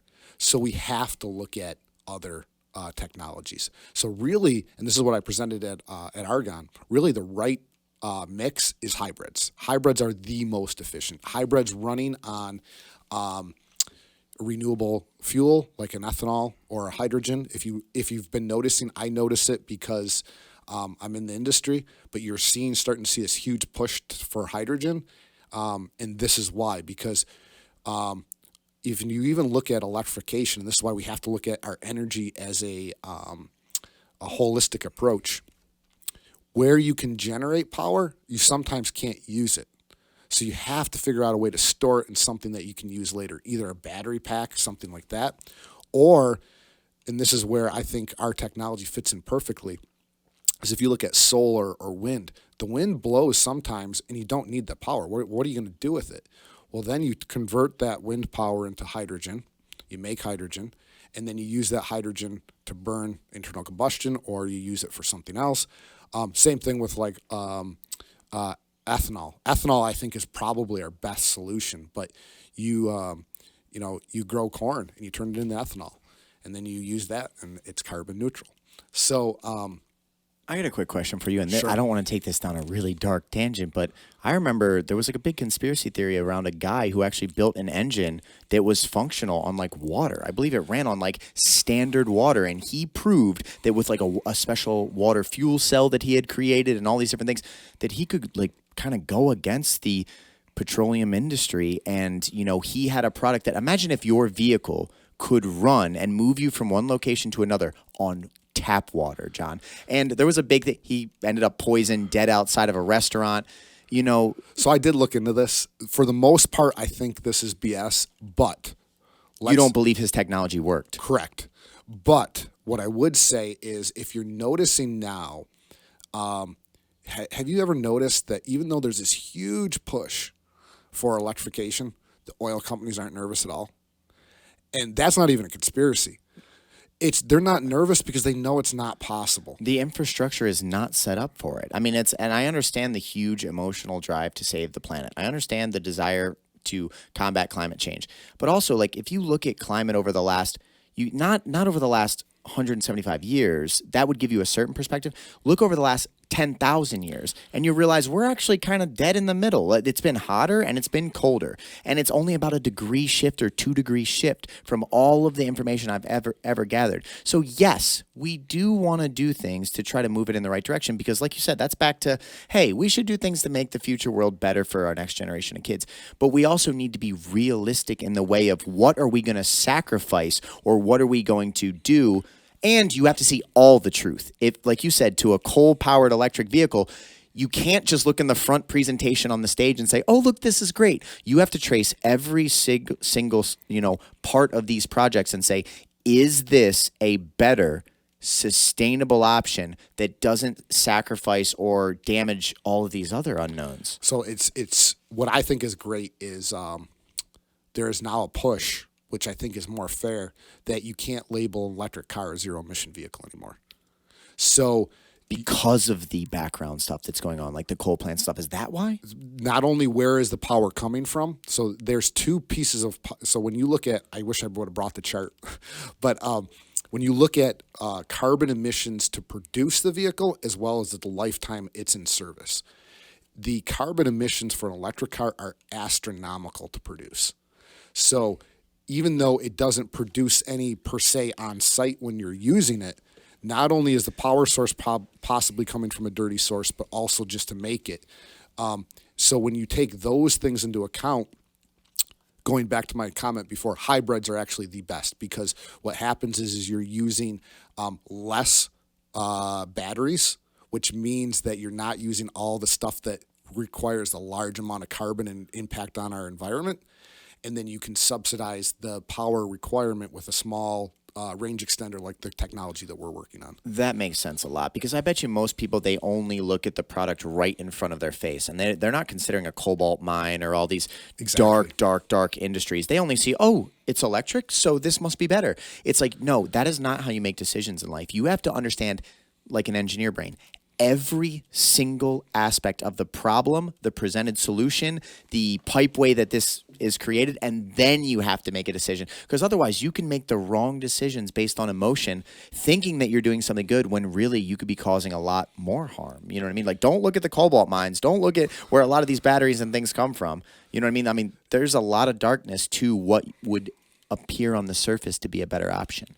Yeah, and I would even say, if you're considering an electric car, go for it. But look at where your state's power is coming from. If you're in a state with a lot of renewable energy and it's a warm state, I think it's a great solution. But I think as a society, what we need to do, and this is one of the things that I was trying to even get across in that discussion at Argonne, is we have to choose where that technology goes. So are we going to put it in electric cars, or are we going to put it, there's only so much copper, there's only so much cobalt, there's only so much nickel, right? So we really have to choose what sector makes the biggest impact on the problem that we're trying to solve. And not to take another tangent here, but I'm also very, very worried about the crowd that's like so heavy on emissions and stuff that like one day, 50 years from now, my grandchild won't be able to drive a car that was an internal combustion engine. Like, let's say I kept that Corvette, I kept it in pristine quality, I want to hand it down to my grandchild, and they say, unfortunately, you're going to exceed your carbon limit, and da-da-da-da-da.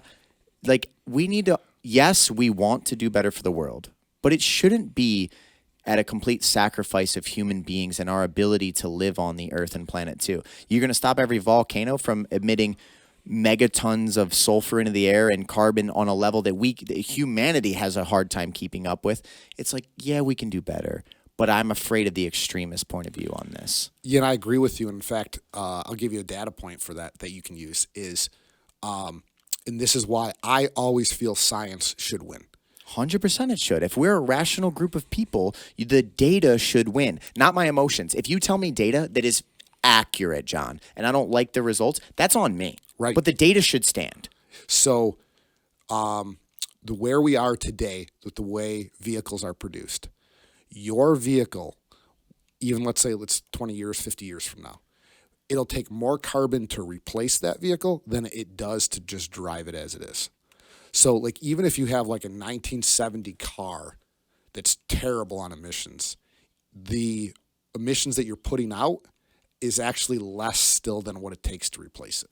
Wow. See, that's perspective, and that's data, and that's something that we should always make sure we keep on the forefront too. Otherwise, like I said, you can get emotionally misled. You can feel one way, but you got to leave it to the people that are looking at information like that. So you start to have some breakthroughs. The engine runs for the first time. Talk me through, how does that start to change your life, John? Because now you've had your first breakthrough. This is the big moment where you're like, my ideas can work. I can bring things from the nether into existence, and I can believe in myself. I belong at an Argonne conference. And if that's where you are now, who are you in 5 years? Where are you in 10? So to kind of give you a perspective of where I was mentally as well as where I am in the process. So the engine's running. I've come up with the handle idea, but I do not have the next phase of the project. And the handle is just an idea at this point. So this is like, I've got all these ideas, all this potential, but I still got to bring this stuff to market. I still got to go to the next phase. So, there is an incredible amount of, feeling of accomplishment, but I wouldn't say that I was in a space to enjoy that accomplishment at that point in time, because it was and this is the one thing I even noticed this with my kids is, today's day and age, there's such a high level of anxiety, right? With the pandemic, what that's caused and the uncertainty with war happening. I think I was in such a heightened anxiety state of, what is this pandemic going to do to us? I know you were there with your business. So it was kind of like, I don't want to say I was robbed of that experience, but I didn't feel accomplished yet. It wasn't the giant breakthrough that set you free from the chains that your mind was holding on to. It's like, yeah, it's a big moment, but like we got a lot of work to do. I gotta still keep aiming upward. It's not the miracle moment in the movie where like all your wildest dreams come true now because you broke through. It was just a step in the right direction. And I would actually say where I feel the best is actually this year, 2023. And that is because, quite frankly, all of those things where I was just doing something, Strange Development has a great customer base. That's moving forward. We have momentum on the engine technology, and we also have a lot of momentum with the self-sanitizing door handle. So walk me through the process from you came up with the idea in a week for the self-sanitizing door handle. When you have an idea like that, it makes sense instantly. The second you tell anyone about that, it makes sense, but there's a lot that goes into that. You have to find all the right materials. You have to do the testing. You have to figure out, like, there is so much that goes into it. For someone that doesn't understand the invention and design process, what was it like having it here, John, but then having to get the world to be on the same page and to actually bring it to fruition? Was it similar to the engine or a completely different challenge? So, completely different in one aspect is the engineering side of things I'm very comfortable with. What was different is this is now a product outside of my core engineering knowledge in the sense of it's engineering, but it's not, it's not engines. I mean, I really developed a career of being an engine or powertrain expert. So there was a lot of things maybe I was naive about in the beginning that I didn't realize were going to be challenges that I needed to solve. Some of them were technical. Some of them were this handle uses UV light.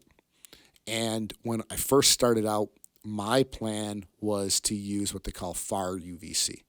So if you look at the UV light spectrum, I should have brought in a graph. It's literally on the far end of the UV light. I think UV light, if I don't quote me guys, but I think it's like 205 nanometers to 280 nanometers of wavelength. And far is in that 205-ish range. And far UVC can deactivate pathogens, but it isn't harmful to human tissue. So that was my original plan, and it was literally going to be a dumb device where you put a light in it, you project far UVC, and you're good to go. Yeah, it makes sense. I mean, in simplicity, you're like, why go deeper than that? Why? Yeah, right. So, then that was actually the prototype that you saw was with that idea in mind. And I literally used a color LED to represent the far UVC LEDs that I planned on using. And then I tried the source far UVC LEDs. They don't exist. So the problem is producing that very small wavelength of light with an LED is incredibly hard. They make a halogen lamp that does that, but a halogen lamp lasts for like 200 hours. So it's not long enough. It's for like medical use only.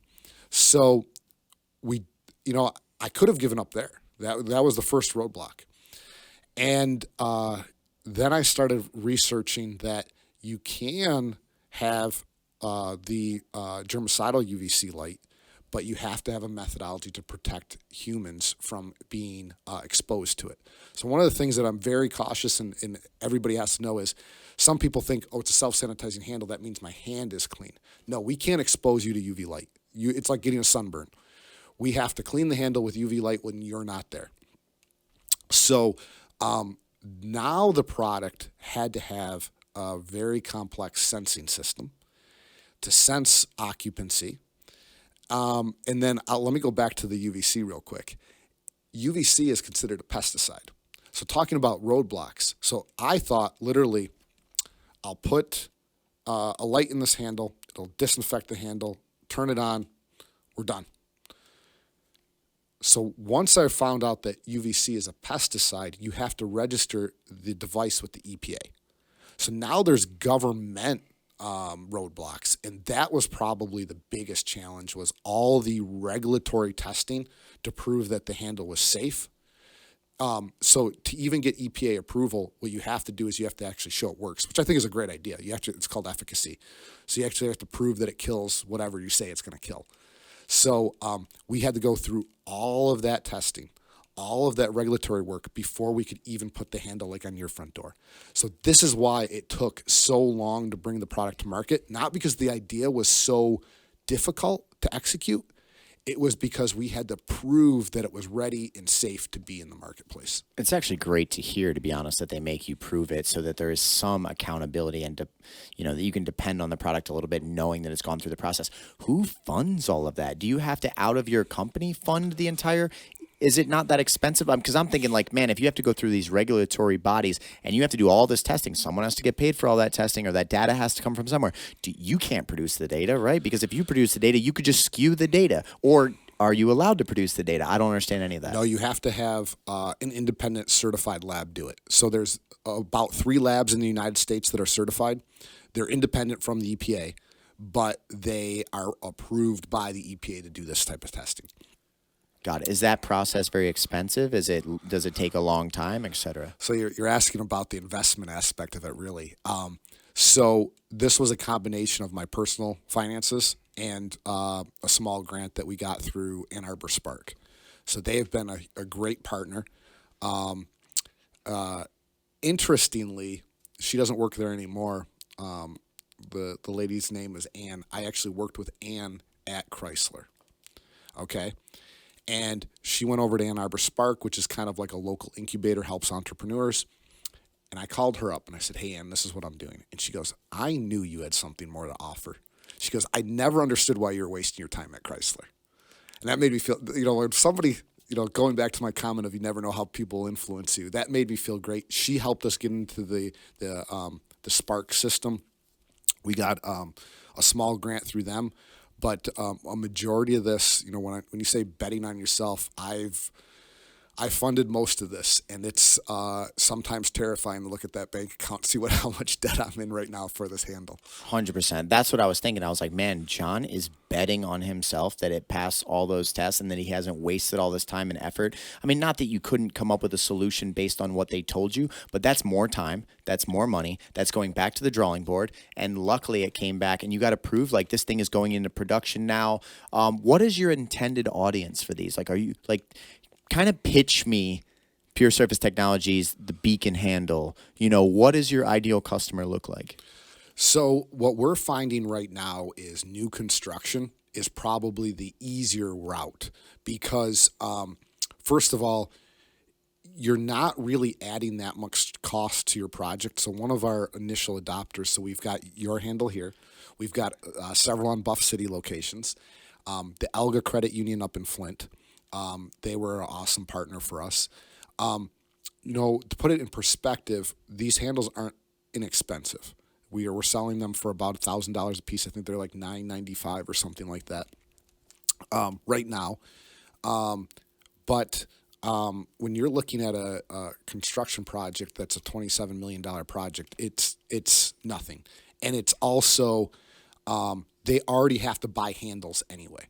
So you're not double dipping on the cost. And really, you're tying into something bigger. You're tying into an idea of a cleaner world, of a safer world. And a lot of companies are pushing, just the same way we're trying to tie into a greener world, less carbon emissions. You are basically, that beacon handle is a symbol. It's symbolism. And it's saying that we are committed to a cause that's greater. So you can really, I think, given the right sales team and the right marketing program and the right people to stand in front of a conference of people and say, this is it, you're selling them a vision. You're selling them an idea. You're selling them a bright light in a world that can be dark. Like, honestly, I'm seeing this as very, very big picture. You're not selling a handle. You're selling what the handle means and stands for and does. Yeah, and my business partner that's working with me on this, he always tells me, don't gloss over this aspect of it, is once we had to have a computer in this, there's actually two computers, one on each end of the handle, and then they talk to each other to Hey, figure. by the way, while we're talking about this, why don't you pull it up and put it on the table? Like, just have it here so that everybody, or if you want to be pointing, this was the original prototype, was it not? Like this model here? So this is actually Time out. Why is that blue, John? John, listen, if you can do colors and we don't have a blue one up front, I was worried about showing you this one. So this is actually an early prototype to show that we could put color in it. So let me just back up real quick for those of you listening on UV light. UV light you can't see. So when you see the color on this handle, we're putting in a colored light as well as the UV light. So the UV light is only on when it's safe to be on. The colored light is on all the time. Going back to your beacon, BKON comment is we wanted it to be that symbol of, hey, we're taking your safety seriously. We're taking the cleanliness in this location seriously.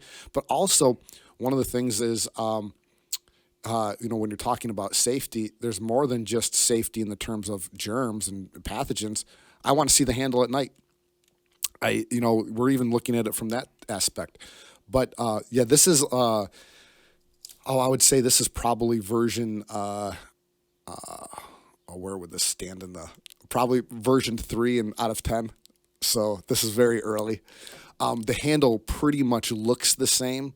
From an aesthetic standpoint, but a lot different on the insides. Yeah, it doesn't have the sensors built in up here. There's a little bit different quality in some of the manufacturing, but overall, it is extremely similar. And this is, what is this, a stainless steel?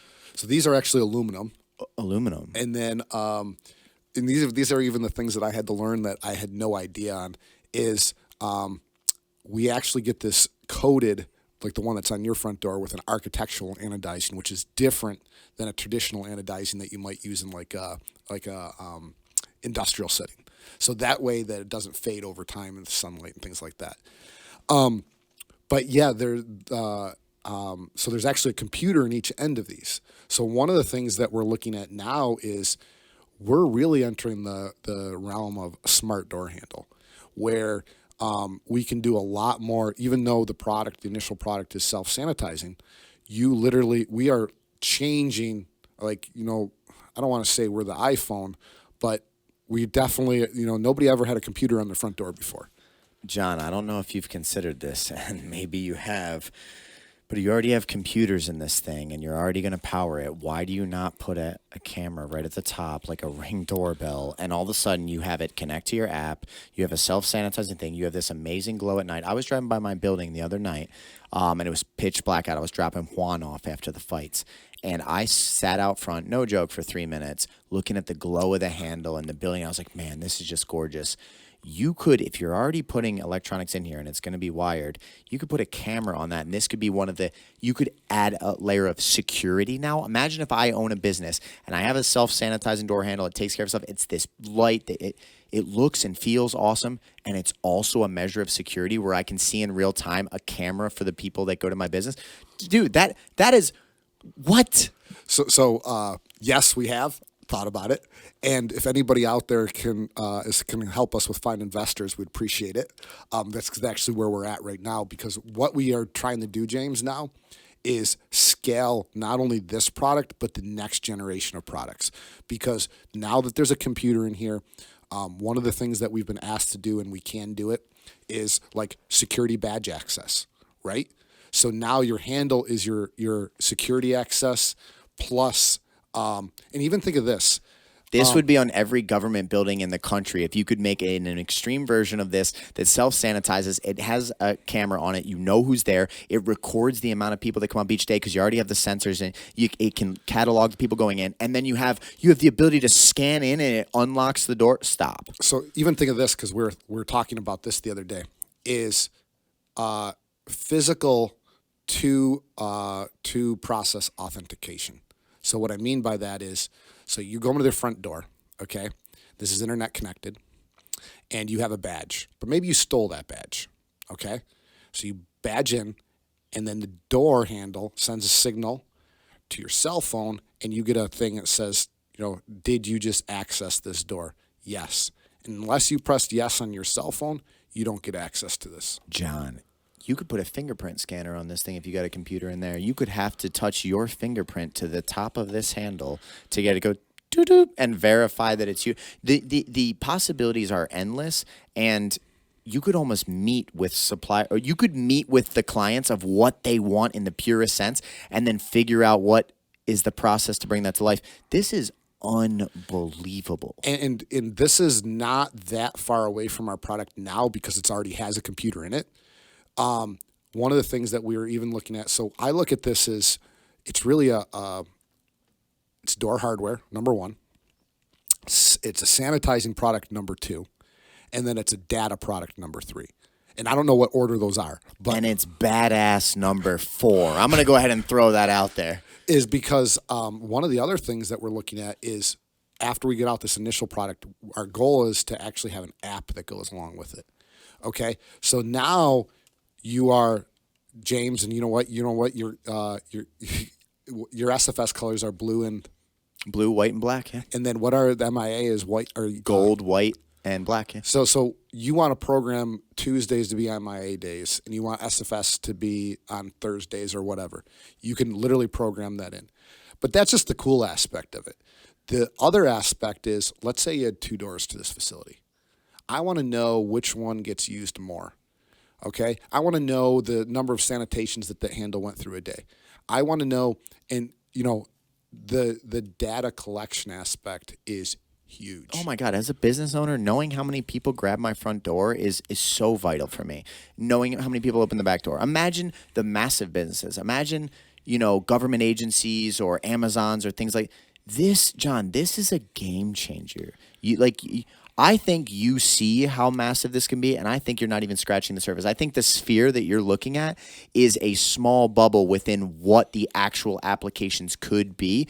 If the right investor looks at this product and the right amount of funding and, the right person in, an R&D that goes, oh my God, this could be a game changer to an unbelievable level. So, and door handles are on every building. And when this is going to sound funny, but so I've got the engine company, I've got the self-sanitizing door, and reason we actually changed our name, so it was a different name in the past. The reason we changed it to Pure Surface Tech is the patented technology that we have in this can be used on more than just a door handle. So it's pure surfaces. But our initial product is this.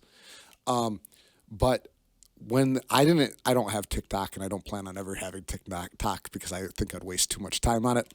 But when there was that debate on TikTok on is there more wheels in the world or more doors in the world, I said, well, I'm in the transportation sector with the engine, and I'm in the door sector with the handle. I'm in the right businesses.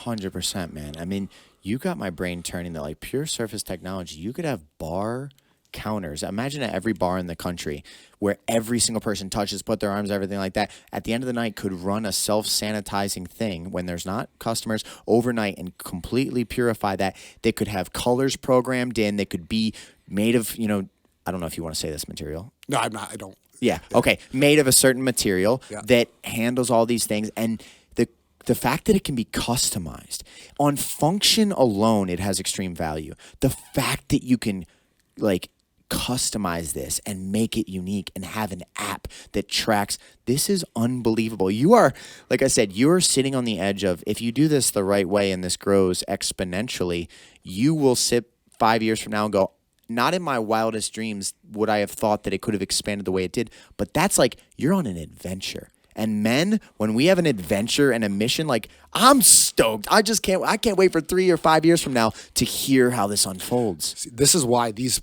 conversations to me are so important because, and this is a message to any other entrepreneur. When you're out there and you're grinding every day, you sometimes need somebody else's perspective to re-energize yourself.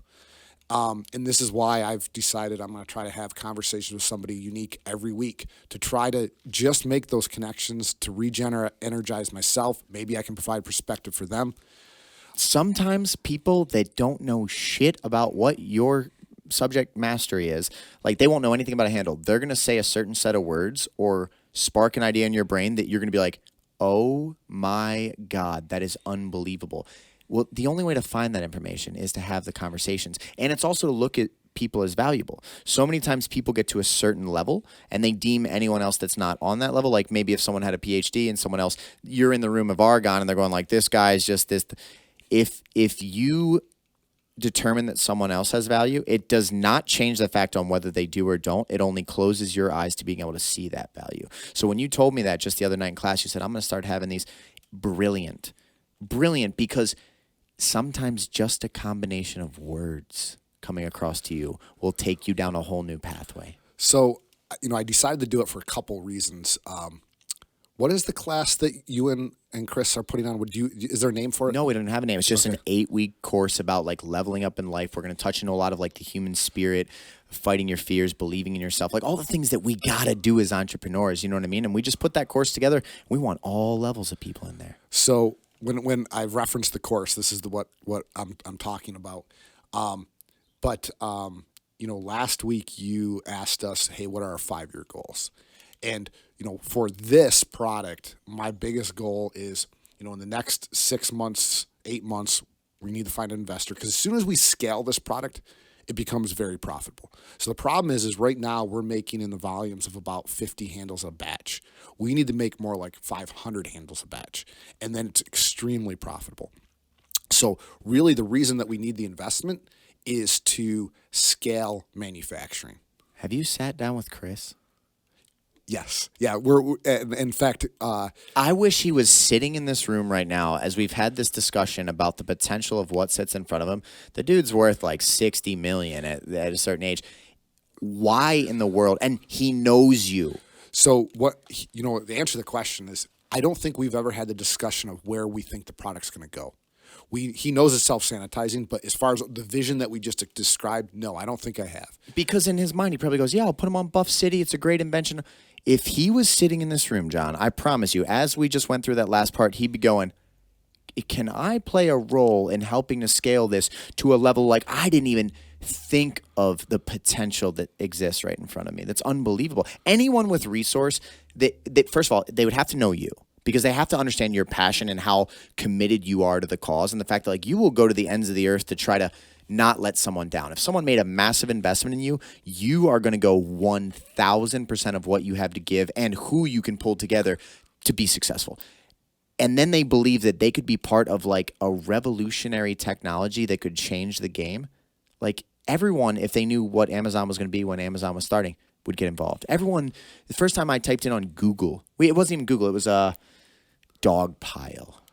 I do remember dog pile. I was in 5th grade or something like that when the first time our teacher in a computer class made us all go online to Dogpile and said, and the other one was askjeeves.com. Yep. This is like pulling from the deep parts of my brain. And she said, I want you to ask any question, type it in there. And nobody understood like, wow, how does this thing like give us...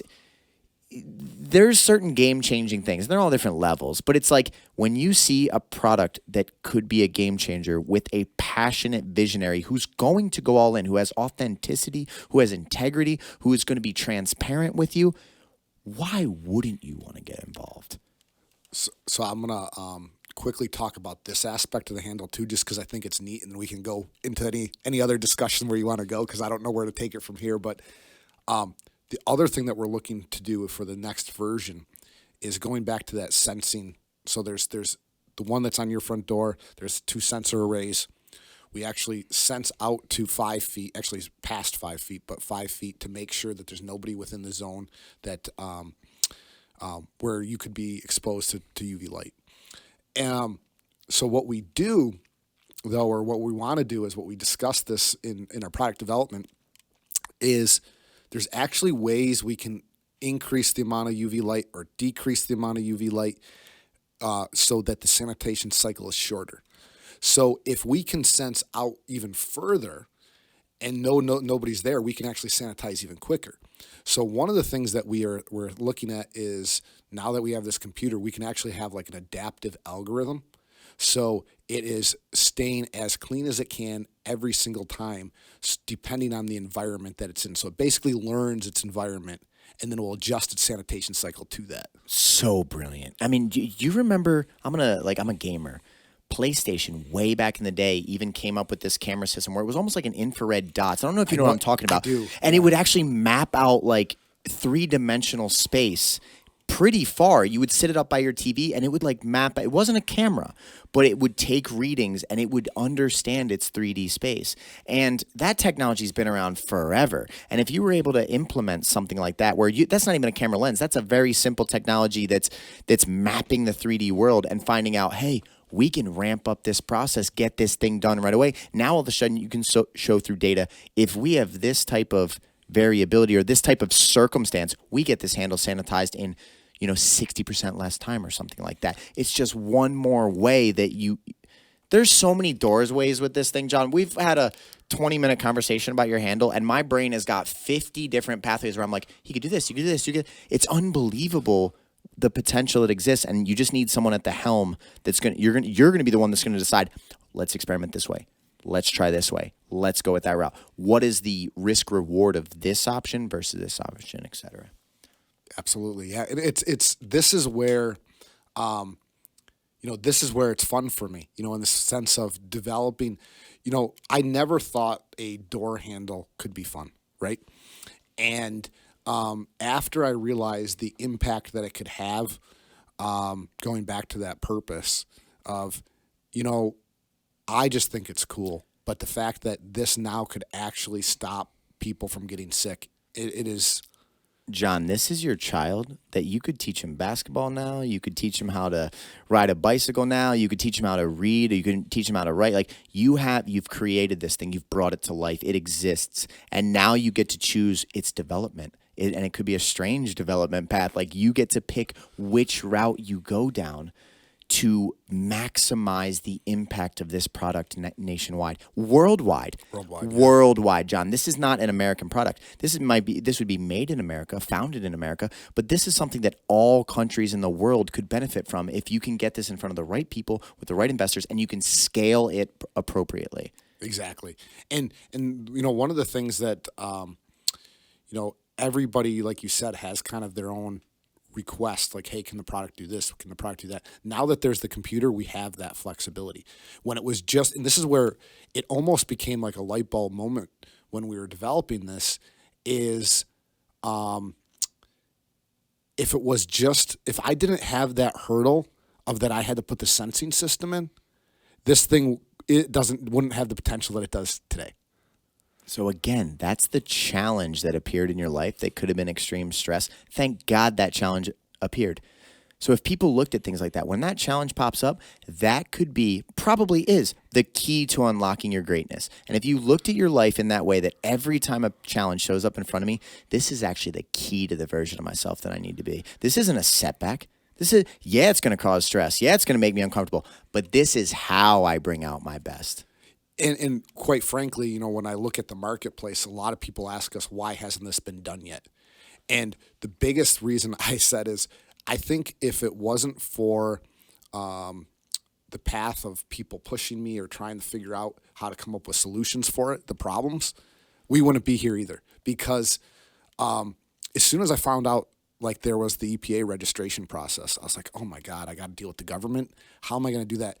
My shop right now, James, is a registered EPA facility. I had to get approval from the EPA that I could produce UV light in my shop. Honestly, it's those roadblocks. You just said it. They see that difficulty and say, no, it's all right. Someone else will do it. It's not for me. And you're the gunslinger, dude. You look at it and say, well, I guess this is the challenge that I have to overcome. And it's like, if you looked at all human beings across their lifetime, I bet you everybody has multiple ideas. If you looked at every idea they've ever had that could have been massive, but they never take it further. I remember when I was a really little kid, my dad used to get really mad about the TV remote. We couldn't find the TV remote. This is going to make you laugh. All dads. And I'm not kidding. He would be like, where is the remote? Like, blah, blah, blah. And I remember it used to stress us kids out because we're like, we don't know. Did it fall on the couch? And when I was a little child, my dad will remember this. I said they need to just invent a thing where there's a button on your television that when you press the button, your remote starts beeping. And if you should just be able to walk up to your TV and just hit a button so dad stops yelling. Go press a button on your TV. There's a little transponder in the remote. They correlate together. And when you press it, it's just going beep, beep, beep. And I remember an idea like that, someone probably invented something like that and it was probably a huge success. But the process of actually like, what does that look like? What's the technology? What are the unknowns? How do I do that? That's going to stop 99% of people. You have that one special quality. Maybe it's the fighter quality in you. Maybe it's that chip on your shoulder from being a young kid being like, what'd you say about us? Like, that's not us. You have the ability to see the challenge and say, I'm going to do it regardless. And that is like the number one throughout your story. If I had to pinpoint something that makes you who you are, it's that ability to say, well, I don't know how to do this. I don't know how I'm going to solve this, but I'm going to try to figure it out. So first I have to say, I'm old enough that I was the TV remote. That's hilarious. So we had a push button TV, and it was, John, go change the channel to 2, go change it to 4. And it was like click. So that I was. My dad always told me that too. He even had to fix antennas and stuff back in the day, like to get better reception on certain channels. You know what I mean? But I remember being as a kid, my dad didn't have that remote. He was pissed. I'm like, we need a solution for this. But the other aspect is, you're right about the challenges as far as like trying to overcome those challenges and figure out solutions. And in a way, even with this product, it's what makes life interesting. If it didn't have a problem, it would be easy. And somebody told me this, and I like their outlook on this, and it was, I'm trying to get the quote correctly, is don't look at them as problems, look at them as opportunities for solutions. 100%. I'm like a really big video game nerd. I've been my whole life. And I've always used this analogy with myself to remind myself that like you should struggle when it's necessary. Is even my favorite video games, it's weird as it is about the psychology, it was the struggle and the challenge and the conquest of the struggle that made the game enjoyable. It was fighting the one boss 25 times, trying everything with my power, switching my weapons, doing all these things, and losing and having to find a way to overcome that led to the feeling of like, this is a great game. If I took any video game, John, and I would have put a cheat code in that made you like God mode, there's no challenge, you press one button, every opposition dies, you wouldn't want to play that game. It'd be fun for 15 minutes because you'd beat all those challenges that gave you difficulty, and then you'd never play it again. We are at our best when we step up to a challenge and we dominate the challenge, or we get past something that we didn't know if we could do or not. And if you can train your children to think like that and surround yourself with other people, everyone that you bring into your company, if there's one thing at their core or their essence they need to have, they need to look at challenge as opportunity. And they need to say, let's get it done. I don't know how we get it done. I don't know what it looks like. I don't know how much stress is involved in the process, but let's get it done. Absolutely. You're going to your video game analogy. This is just from a personal standpoint. I am horrible at video games. So if you ever invite me over to play video games, the answer is no, because when I was in college, I was working at Ford, and we'd go to buddies of mine at lunch to play Halo. Because Halo was big back then. God, Halo was a good game. And I played Halo. My Halo career was about 3 minutes. And I'm literally trying to understand. I didn't have video games when I was a kid, so I was trying to understand what the hell was going on. And he literally took the controller out of my hands and was like, nope. So that was, I'm not going to be your video game buddy, James. That's so funny, man. It was complex. I tell you what, if you don't move, the left stick in Halo moves your character, but the right stick moves your eyes. So you have to move extremely dynamically. The left stick only moves your body. Forward, back, left, right, strafe, whatever you want to do. And the right stick independently moved your vision from your, so you have to do both those in real time. Then you had like, oh, grenade with this, do this, shoot with this, aim with this. If you're not a video game player, that's incredibly complex. I was actually watching Braden play Fortnite like 2 years ago, and I'm a video game player, and this little kid is building things like this, John, like his fingers are going, I'm like, okay, he's just hitting random buttons. No, he's building like incredibly complex structures in real time, jumping up, shooting down at people, building more structures. And I'm like, wow, his brain, his synapses have learned the exact button combination processes to do at a speed where it's like your fingers almost can't get much faster.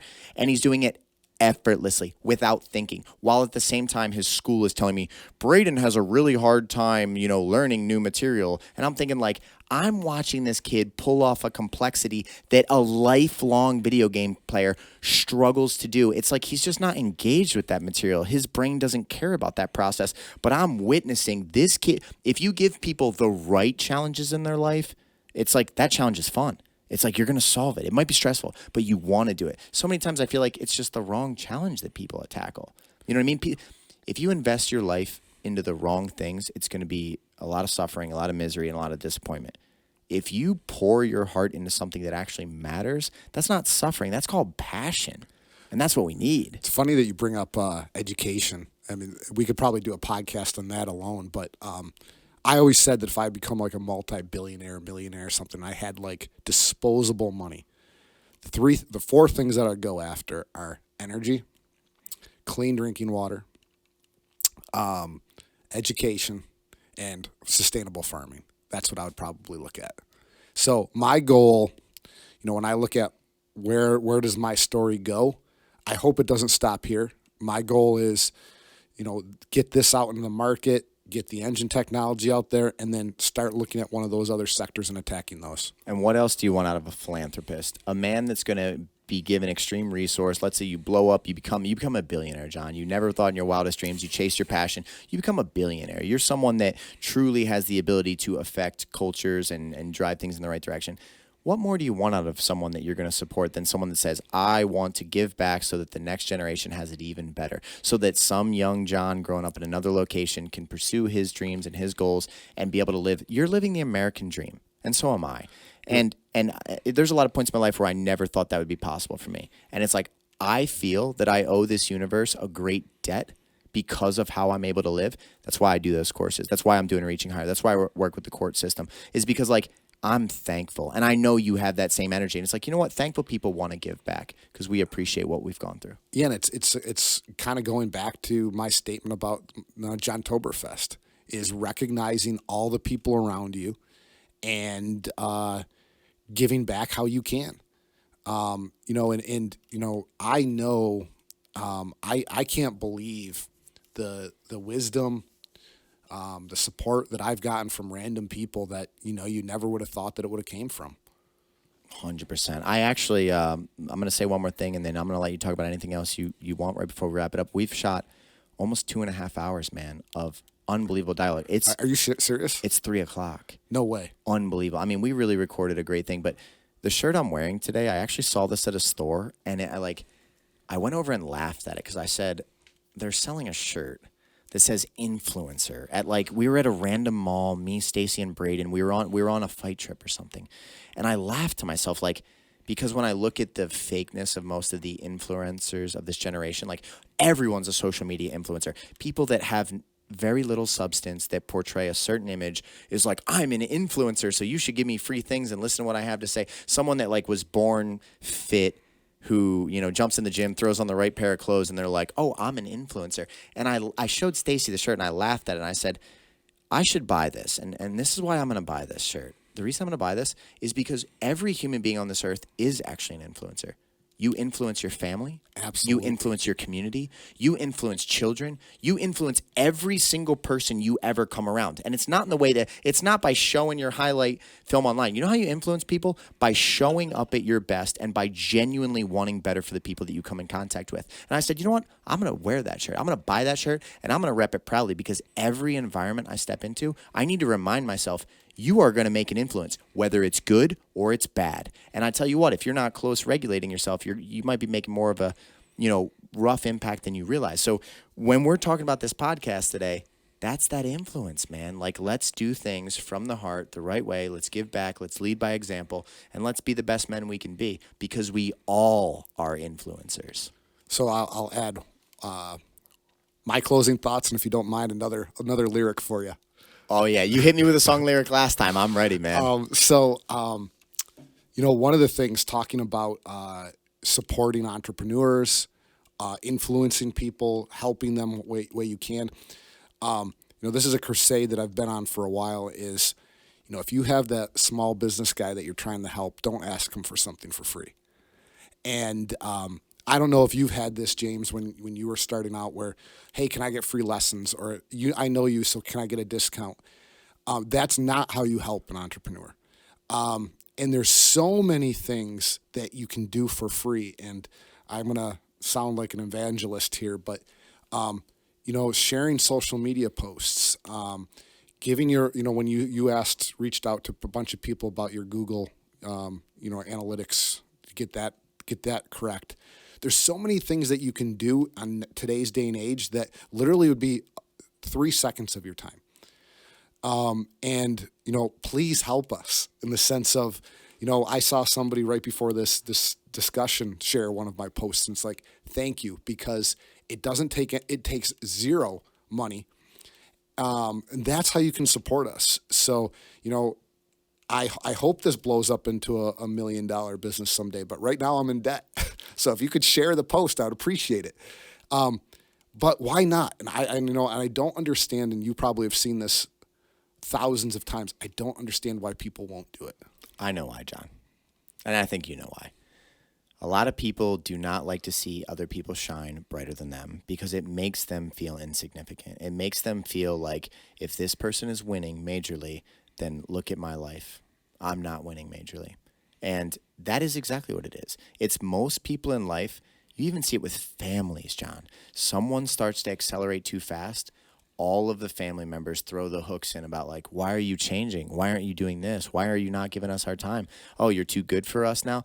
That is like the human psyche destroys people. And what people don't realize, like, listen, you don't have to believe in some magical force of like karmic retribution or whatever. Maybe there is, or maybe there isn't like an esoteric force. But what I can tell you for sure is when you pour love and support and good energy into other people, I promise you it comes back in ways that you can't imagine. So when your psychology, when you see John put up that post and he's winning, he's getting this big deal and his products hit the market, and like all you have to do is tap a share button and say, man, my buddy John brought this invention to life. He's created this self-sanitizing door handle. I wish him the best of luck. Share this if you think it's cool. When your psyche makes you feel uncomfortable, you need to realize that discomfort is actually motivation for you, that you can step it up too, man. You can look at his success and his winnings and go, that's just a guy. That's a guy that's living the dream. And you know what? I could too. And when you give positive energy, we take note. I promise you, I notice the people that genuinely support me in ways that like I don't ask, that like they do share the post. They do the things that I don't even ask them to do. I notice that. And let me tell you what, I also notice the people that don't. And sometimes when it's people that you've poured your heart and soul into and they won't even share something without you asking. If I pressured them, if I reached out and said, hey man, why aren't you sharing this? Oh, I was busy or I didn't see it. I won't even ever reach out because I don't want you to lie to me. Right. I don't want to hear the bullshit. So I don't even reach out. That's even worse. 100%. Yeah. At that point, I would rather you say, you know what? I saw the post. It made me a little upset about my personal life, and I didn't share it. I'd be like, bro, respect. I appreciate the truth in it. But it's like, I take note, and I know you do too. And it's like, guys, if you're one of the people listening to this podcast and you want a better life for yourself and you have to give to receive. I don't know why that's a law of the universe, but I promise you, the more you give and support other people, the more greatness that's going to come back in your life. I promise you, don't believe me, and your life will be a product of being that little, keep it to your chest, keep it to yourself, I don't want to help people. Wait until it's your turn. And you need the support of other people, and you're not getting it. And you're going to go, what's going on? You give before you receive so many times in this life. I don't know why that is, but it's like the golden rule. So the only other thing I'd like to add, because I know we're completely out of time here, is again, thank you for everything that you've done. My mixed martial arts journey, jiu-jitsu, boxing, all of that, I cannot tell you how much I've leaned on that throughout the last 10 years. Real quick story is, I was thinking about this the other day about me starting in this sport. A lot of the younger guys don't realize, like, when I started in this sport, it was literally a bunch of tough guys that come into a room and you'd have an initiation process where you go in. I mean, my first day in an MMA gym, I got the shit kicked out of me. And they're really testing you if you're going to show up the next time. And that is not at all the environment that you foster here. But that's how it used to be. I literally, if you showed up again the next time, and he showed up again the next time, you were accepted. And I went through that, and in a weird way, I'm proud of it. But I like the fact that this environment is fostering a much more healthier version of it. But in general, I appreciate you and the mixed martial arts being in my life because it's been the constant. I'm having a bad day, I go to the gym. I'm having a good day, I'm going to the gym. Something has happened bad in my personal life, or something as bad has happened in my business life, or something good. I still come here and I'm surrounded by an amazing group of people with diverse backgrounds, all with a common goal of leveling up. 100%, man. And it helps remind you that, like, despite the struggles, you still have power. You can still keep going. The sun is going to rise again tomorrow. You can still fight back. You could have the worst day of your life, and sometimes that ends up being the best day on the mats, and it makes no sense. And some days you have an untouchable day, and you're floating, and you have the worst day ever. It's like it just keeps you in that, like, healthy mind. I look at it as it's another skill that can't be taken away from you, right? You can take away your material possessions, but you're not going to take away my ability to fight, and you're not going to take away my stories, and you're not going to take away my memories. 100%. Well, John, 2 hours, 25 minutes. I want you to hit us with the song lyrics, and we will wrap this episode up. And also, I want you to plug for how people can reach out to you, how they can check out your companies, the websites that you're on, just all that stuff. So hit me with the song lyrics, hit me with the plug of all of your contact information or investor information, etc. And then we'll wrap this up. Sounds good. So this is Bubba Sparks, not Miss New Booty. Anyway, we'll go through with this. Underpay me, overwork me. It won't convert me to a bitter quitter at 10 years over 30. Both deserving and so unworthy. I'm pretty much everything that's anything. Wow. I tell my fighters all the time, I say, I'm going to tell you something that just stuck out from that. I say, listen to me. If you want to be your greatest in this life, it's not just your light and your positive energy and your happiness and the good times and your good morals that's going to get you there. It's going to be both parts of your personality. It's going to be the suffering, the hatred, the fear, the darkness, the worst moments of your life, the times where you didn't think you had anything left. You had to find resiliency. And just like a yin yang, you're going to have to take your light and your dark, and you're going to have to bring it together if you want to be all that you can be in this world. Because if you only focus on the good, you'll be terrified of the evil coming. If you only focus on the dark, it'll lead you astray. You got to bring every bit together and be your full human self. And if you do that on the mats and off the mats, nobody can actually stop you for what you want to be in this life. You're going to get it. Balance of opposites. Perfect way to end it. John, thank you so much for being here today, man. It was truly an honor. I hope that countless people watch and enjoy this podcast, but I don't care if there have only 5 people watch it. I appreciated this dialogue, and I think one day your family, your friends, people will appreciate these moments that we just shared. So thank you very much, sir, and we'll wrap this up. Thanks, James.